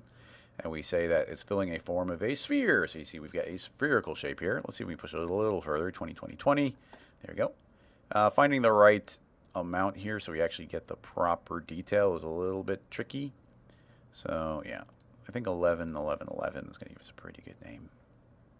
Maybe, maybe not. But anyway, you see we got a series of spheres here. In fact, you know what I'd probably be inclined to do is decrease the radius by 1 and then put a MoGraph cloner, or I'm sorry, a MoGraph random effector in there and randomize it by 1, 1, 1. So now there's a little bit of randomness in there. So when they collide, they can all be dynamic and all spread out really quickly instead of being perfectly stacked. So let's just see what happens. Bloom. So you see, boom. So it's like, oh, look, it's a sphere. It's falling. It's just maintaining a perfect solid shape. And now we would go and put this into something like a volume builder and a volume mesher. Put that in the volume builder. Put it into the volume mesher. And now we get this blob. Now, obviously, it's not doing a great job. But, and honestly, I don't even want to increase the resolution that much. Although it is a good idea to make sure that a single blob is showing up. So let's go ahead and set this to half. There we go. A little bit more detail there. Now, with all of them, we get this big thing blobbing. But, do those need to scale up? The voxel size won't blob in because they're too detailed. I guess we go to the reshape layer and we enable these to not dilate but expand. Yeah, so now we're expanding. Yeah, that's open and close and this is expand. So I'm expanding so you can see that they're blobbing into each other a little bit. Let's not go too far like that. And then I would make a smoothing layer so it gets quite smooth. And we'd add on additional iterations. So it's going to get smoother and smoother. So it's like, okay, cool. We've got our, I didn't push it that far, but look, we've got our sphere. And it's going to take a really long time for it to calculate. And in fact, I think the, turn off the smoothing. Is this going to acknowledge our dynamics? We have had trouble with that in the past. No, it seems to be. So let's send this out to the picture viewer because it's going to be really difficult to see. I'm going to turn on SSAO so we get at least some point of contact. Put that on, turn back on our smoothing, all frames, and we'll output as hardware renderer. And we'll turn back on our OpenGL, SSAO, and why is our smoothing layer? Okay, just need a little kick in the butt, I guess. So, yeah, back to render settings, output, all frames. Resolution's a little high. It tends to make it a little bit chunky. So we'll just make it square. So there we go. We got a perfect sphere. And we hit render. And then, yeah, gravity should take over, and these should all fall down.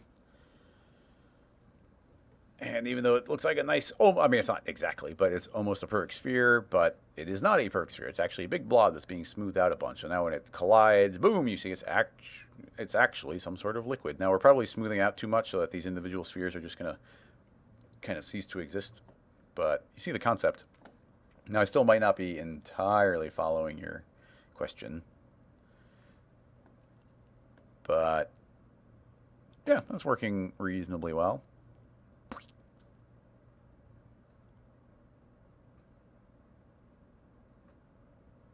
Yeah, I mean, it is the shape it is until it makes contact, and it just continues.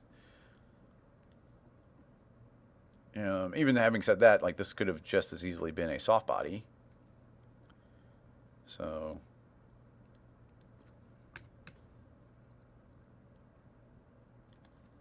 sphere to splat.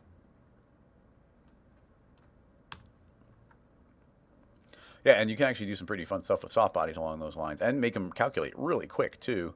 especially if we use volumes. So we'll bring that back in a second probably. But yeah, let's just go ahead and add a simulation soft body. And then soft body, I'm going to say, don't worry about self collisions. It's going to calculate really quick, which means we can turn this into a icosahedron, add a bunch of segments because they should calculate pretty quick. And let's not worry about the structure. So it's going to be really low. The damping will be really low. The shear, low, low, low, low. So all those things are very low. So now when we let this play, that should be a quite squishy splat. Oh, I guess we probably do need to maintain volume. Volume is being maintained at 100%. We don't want stiffness, but let's go ahead and add a little bit of pressure and some volume conservation. I'm not sure exactly what the result of that will be. Blur. Oh, explode! That's unusual. It's unusual. Oh, look at this. It's almost like a splash. Look at that. But it's unusual to get an explosion where we're not using self-collisions. Like, it should be a very, very straightforward kind of thing. I mean, this is a lot of polygons. I don't think there's actually a good reason to have given it that many. Splat. Blur. I mean, that's the volume. Structure, we can keep way down. Sblams! That's funny.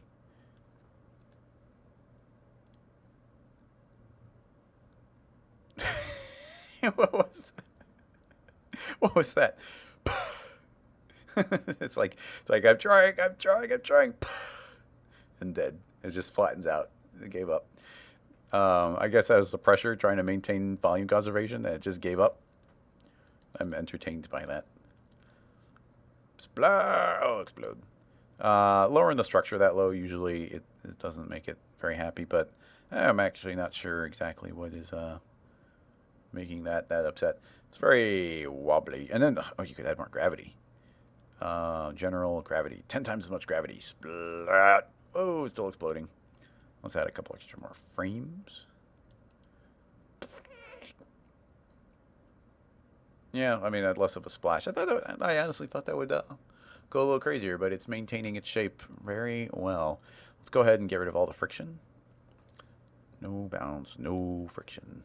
So it's more free to slide. A little better, but it's still going to return to its shape, which is a little surprising. Structure. We have to have some structure, otherwise it just dies. Oh, that's better, except for that giving up the ghost on the volume. Pressure. I think it is the volume conservation doing that. Oh, look at that. That's bizarre. Pressure. Don't worry about pressure.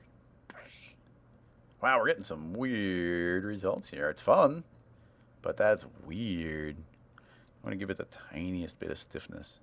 Try and stop the madness. Nope, doesn't really stop the madness. Stiffness is a brute force tool.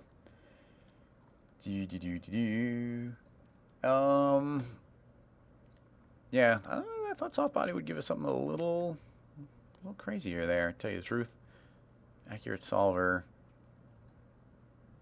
Yeah, oh man, look at that weirdness. Is that the attempted volume conservation?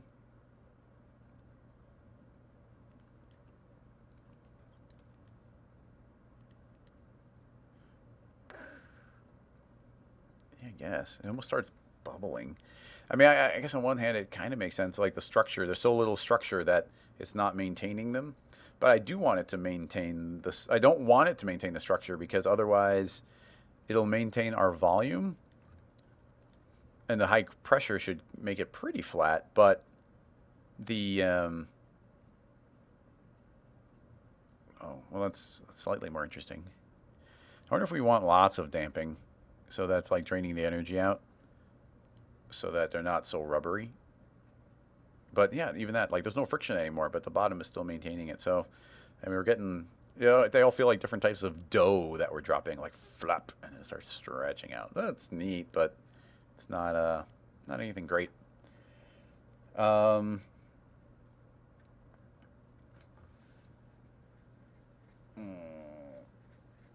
Yeah, we'll have to talk about this offline, Drake. I'm not entirely sure I'm following the question specifically, but as far as I'm going to pursue this one right now.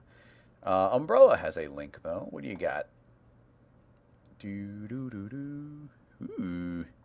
Well, this is from the Motion Graphics Collective, and that means this is actually from these two people, from Alberto Riol and Jason Naylor. So those are who actually made it. Let's go ahead and hit play and zoom around. Ooh, cute. It's all snaky and graphic. Those feel like 2D masks. Let's see. Collective.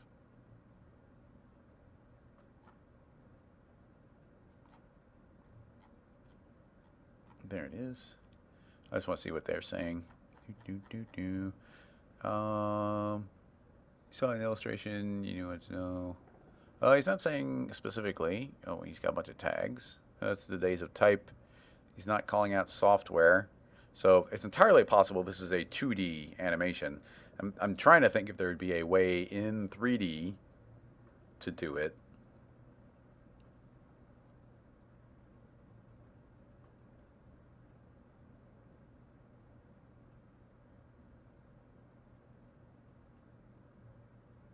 I mean, a lot of it is just going to masking.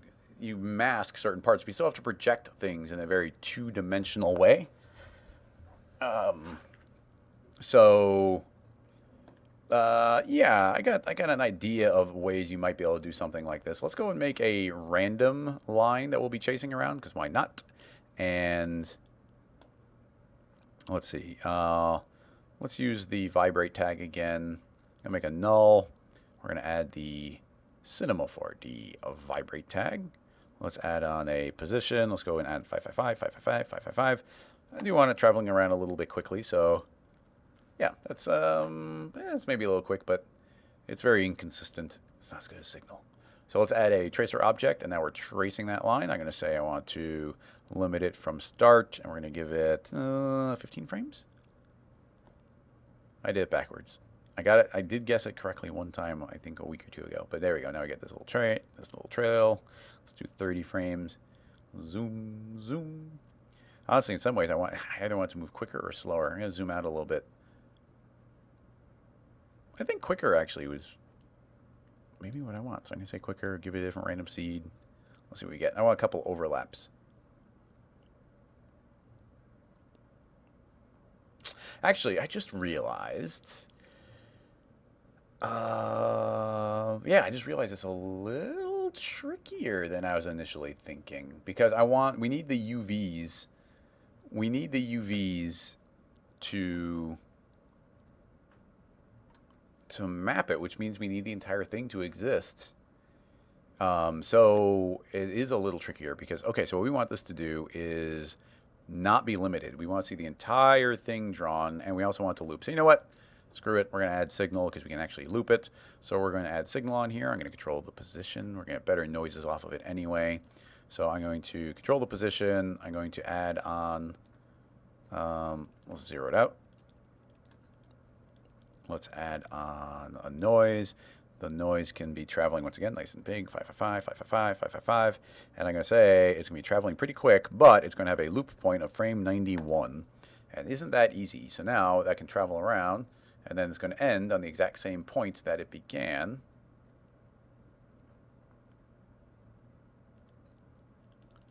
Right on frame 91. It would connect, but I didn't actually let it go to frame 91. So I'm going to say loop frame 90.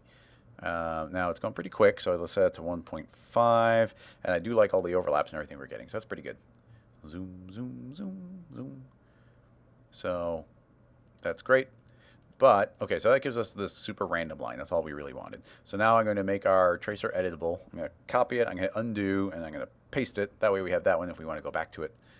But we'll just turn it out. So here is our spline. In fact, tell you the truth, if we select all, shrink, invert, this is our final point, but it's also our first point. Now I want one of those. I'm going to delete one, and now we can close our spline instead of having the two combined. So now we have a start and end. Cool. Okay, so we've got that line. I'm going to change it to be a B-spline, and we're going to give it some uniform intermediate points, which is nice and smooth and curvy. And let's go ahead and sweep it. So we're going to make an end side, and we're going to sweep it. Sweep. T for scale. Scale this down. Okay, we are getting a couple little intersections. I do like overlaps, but I don't want intersections. I guess we could have generated spline in a lot of different ways. But I did grab a point successfully. I'm going to move that. Move that. Cool. Go over here. Grow. Nope, I accidentally grabbed both of them. Grab that, just that one. Pull down, grow. Pull down. This is tricky. I could have used spline dynamics to make a noodle that wasn't intersecting. I wasn't thinking about that. Grow. Okay, those aren't intersecting. And now I need this one. But as I pull that one up, it starts intersecting with this one. So we'll go ahead and pull it down, and then I'll grab that one as well. Grow, grow. Pull up. Okay, a little messy, but that's good. I'm going to select all my points. I'm going to say, hey, select. I guess it's a B-spline, so they are automatically smoothing out. It's still a little messy. I probably want to delete a few of them to make them a little bit smoother. But that's fine. Let's go ahead and look at our poly count. I'm going to tell this to be uniform points, but I'm going to lower the point count. Yeah, something like that. And we'll put that whole thing into a subdivision surface. Boom. Nice. So nice and curvy and clean. Nice wiggles. So the reason for doing all of this, that was a bunch of work. But the reason to do it is we are going to, how do we combine the multiple materials? I guess that's kind of our nicest angle here. We are going to combine our, looks like I still have some intersection. It's going to be a little bit important based on the way I'm going to be making sure, getting the animation, so we have to make sure they're not quite intersecting. Okay, so the reason I went to all that trouble is if we were to apply a material to this and throw on something like a gradient, we are going to see, if I set the gradient to V, it's going to be traveling along the entire sequence. So where that gets interesting is if we start stepping this. If we were to go and grab a, not pixelate, posterizer. Where is posterizer? I always lose posterizer. I think it's in here. Pixel, proximal projector.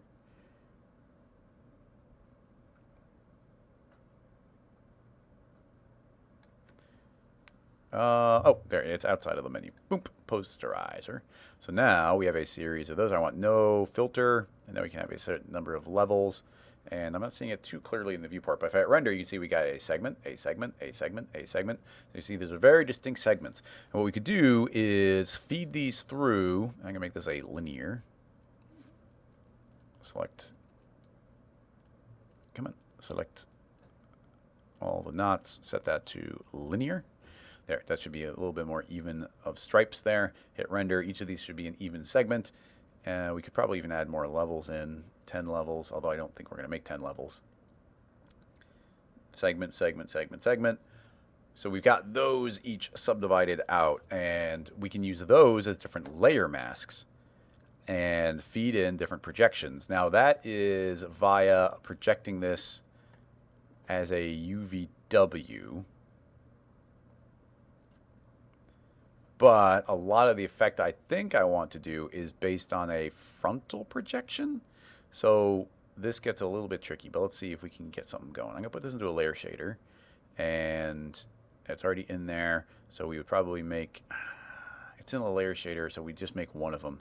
So I'd make a colorizer, and this colorizer is going to, we might even be able to just use some clamps, which is clamp color.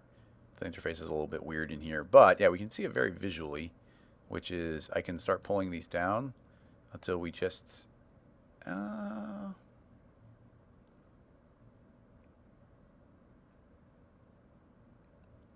a little bit weird. It's the mid one. I think the clamp is a necessary step. What we would want to do is possibly put this into a filter. Yeah, let's do that. I'm going to put that into a filter. So the filter, we can turn on the gradation curves, which is just like the curves effect in Photoshop. And the basic idea is we want to pinch this until we're just isolating a particular color. Yeah, like that. There we go. So now you can see, boom, a mask, black and white, but it is a particular stripe that we're catching. So we can see here, boom, it's of that stripe. So that now becomes a layer mask for us. Now, the tricky part is I want to see if we can get the pattern projected frontal. So can we combine that UV-based mask with a 2D projection of, let's go with the good old tile shader, which is nothing fancy. Definitely not. But let's go ahead and hit randomize color. It's slightly more interesting. Now, can we put that inside of a projector and tell the projector that we want that to be frontal and hit render? Hey, okay. Look, it's working. So this is now a frontal projection. Now keep in mind a frontal projection is going to be based off of your render settings. Actually, it might be based off the viewport. But if we have that render square there, now is that square? Yeah, so now it's projecting square. So frontal is flat and it's square now. So now we get that nice front flat projection. We're going to turn off reflectance. Honestly, this entire thing should probably be put into the luminance channel. Boom. There we go. Look at that. Nice and flat. And now we have a layer mask that we can start using. So we would take that and say, honestly, it just becomes a layer mask between different layers. So we can duplicate this projector layer. And we'll just call this one, I'm just going to say Pro Grid. And let's just call this one Pro Circles. So now we can say that this one is going to be circles. And we're going to make some different colors so it stands out a little bit.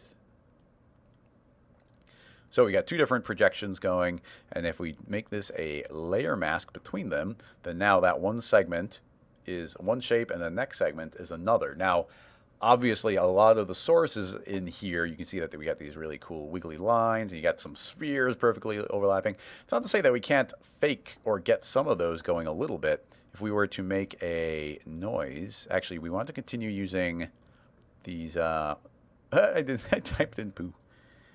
Pro for projection. Honestly, probably better to do like PJT. But if we go in here, instead of doing that, let's do a noise, and the noise will be a 2D noise.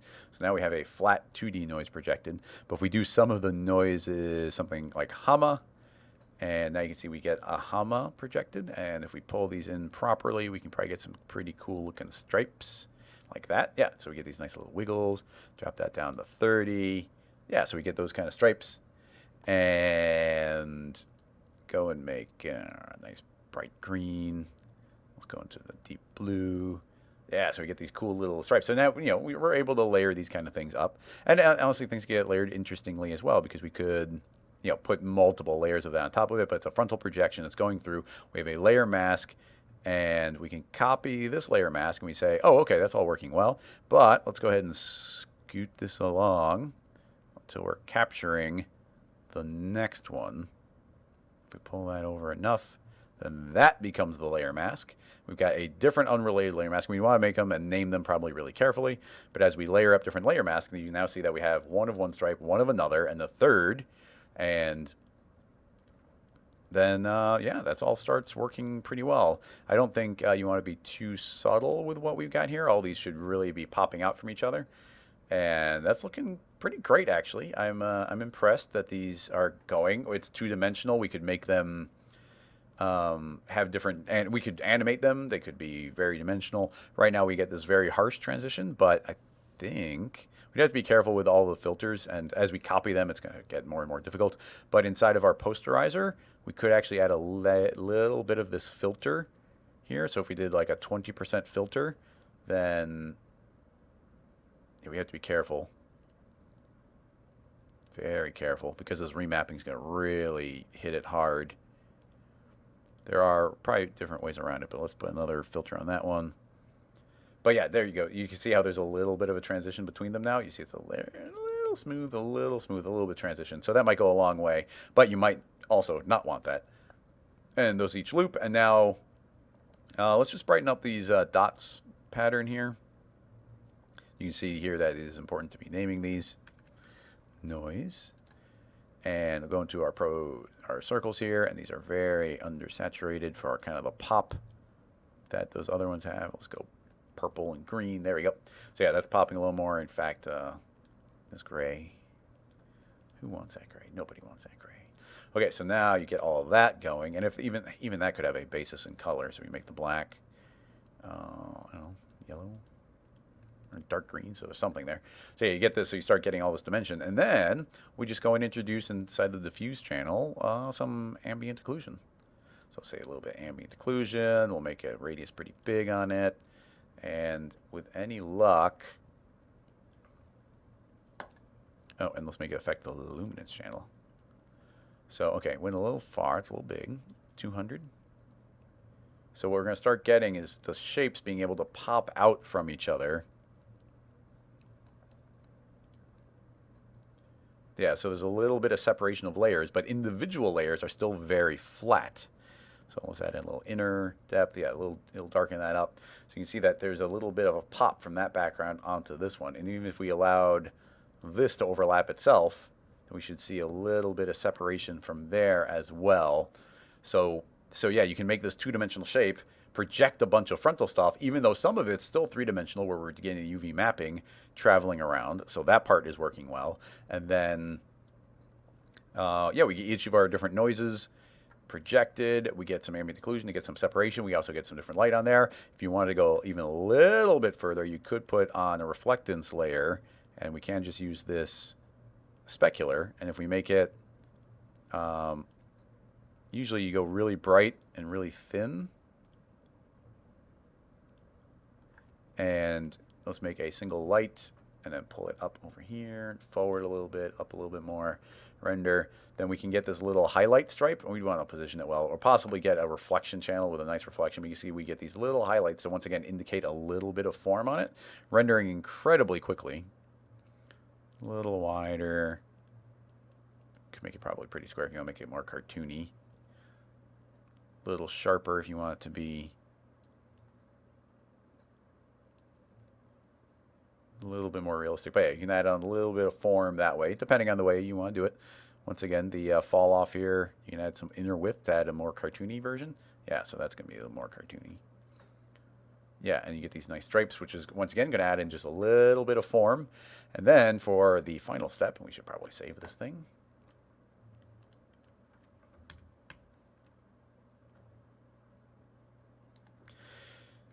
Uh, 2D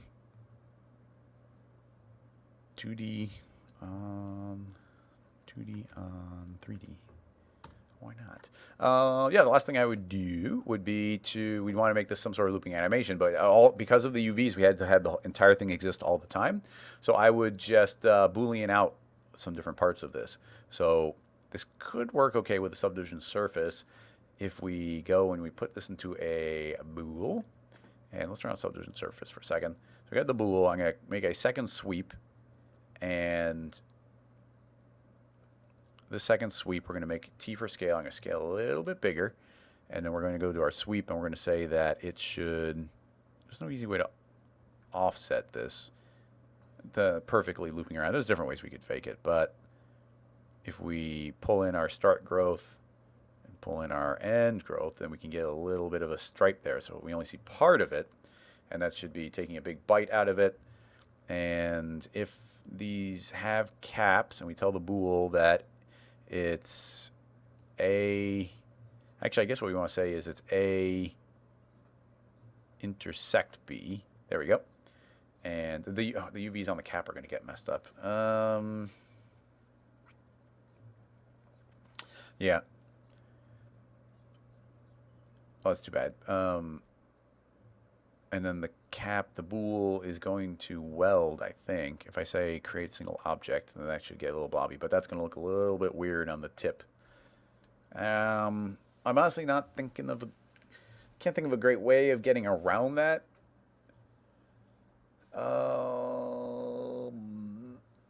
We could possibly just illuminate things where a proximal is.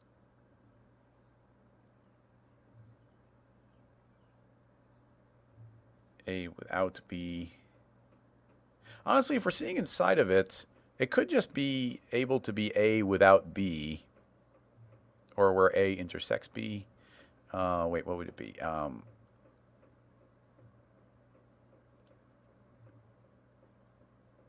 No caps? How do we make it have no caps? Come on, brain. The caps. If we had... I don't want to turn off the caps. I want to... A without B. Yeah, I think it's just A without B. A without B. Yeah, A without B. I guess that's a little bit weird still.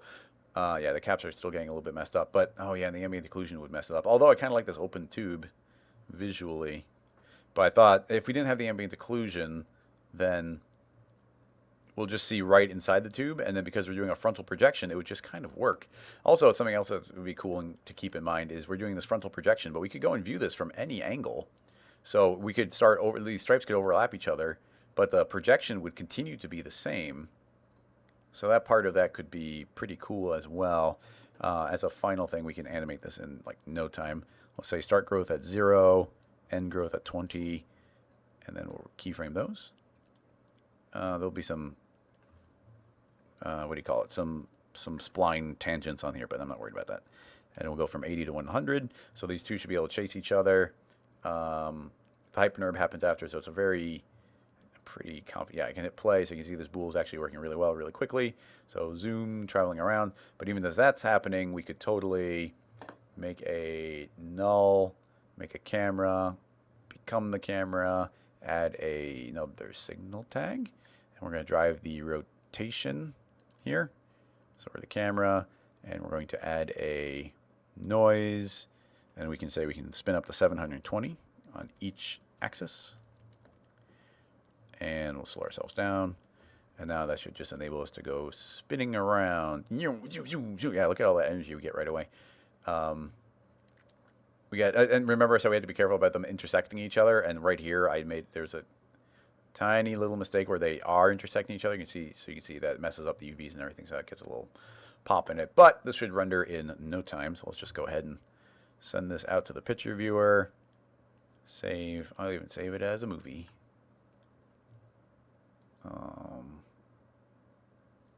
MP4, save, episode 12, renders, 2D worm, and go. We could have the, we could have the ambient occlusion be multiplied by the normal direction, so it wouldn't be illuminating the interior or shadowing the interior. Zoom, and done. I didn't set that to loop. But yeah, look at this really cool, these are two-dimensional. They're not moving in space, but our worm is, and there's dimension to it.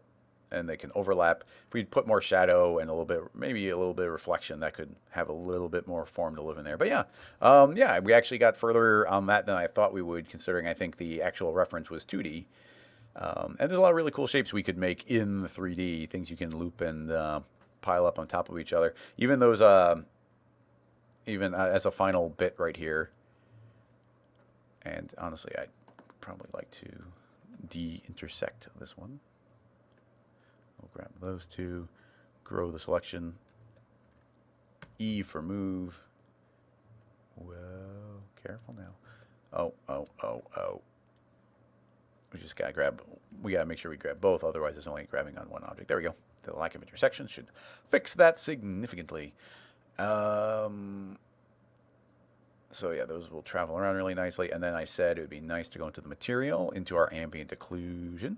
Let's see if we're seeing the effect here. Yeah, you can see all that horrible shadow on the inside, but we can go into the diffusion, and I can say, put that into a layer shader. I'm going to add in a normal direction. I'm going to say screen, I think. And now I have to invert it. So we'll flip those. And now it's screening on top of it, and there we go. Now you see that interior is not getting shadow. We're still messing up the UV a little bit on the lip. I'm not going to worry about fixing that. But yeah, now that ambient occlusion is only on the outside, so that's cool. And then, oh, I was going to say we could make one more of these stripes, and that'd be kind of cool. There's some experiments. I was doing something else recently, but it's applicable here. If we go and make another mask, and now we'll make sure we grab another stripe here.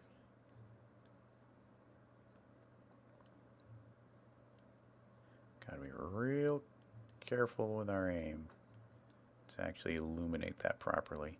It's probably trickier than I was indicating. We're getting lucky with it, but yeah, that becomes another layer mask here, and then we can duplicate our noise one last time. And now this noise pattern, I've been enjoying using lately. Let's see. What's some good colors? Darker green. The noise type of, what is it? Voronoi? No. Maybe it's Voronoi 1. I didn't think it was. Make it bigger. Oh, yes. Okay, so using Voronoi 1, we can actually make these tiny little circles. And if we put the contrast in really high, then we're going to get all these nice little circly dots like that.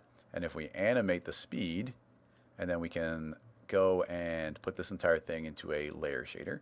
And then I'm going to make a second one. We're going to do a different random seed.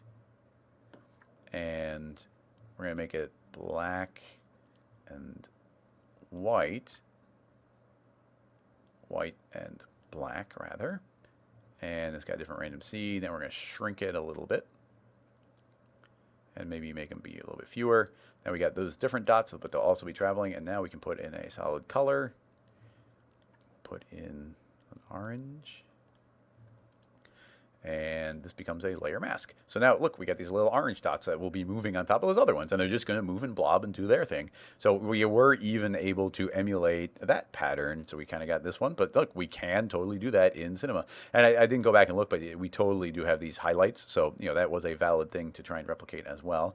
So now we have another layer, which is kind of these pumpkin-y colored frontal projection, two-dimensional versions of a noise, which are inside of another layer mask. So we should be able to, depending on where we are in the timeline, I'm not sure where they exist.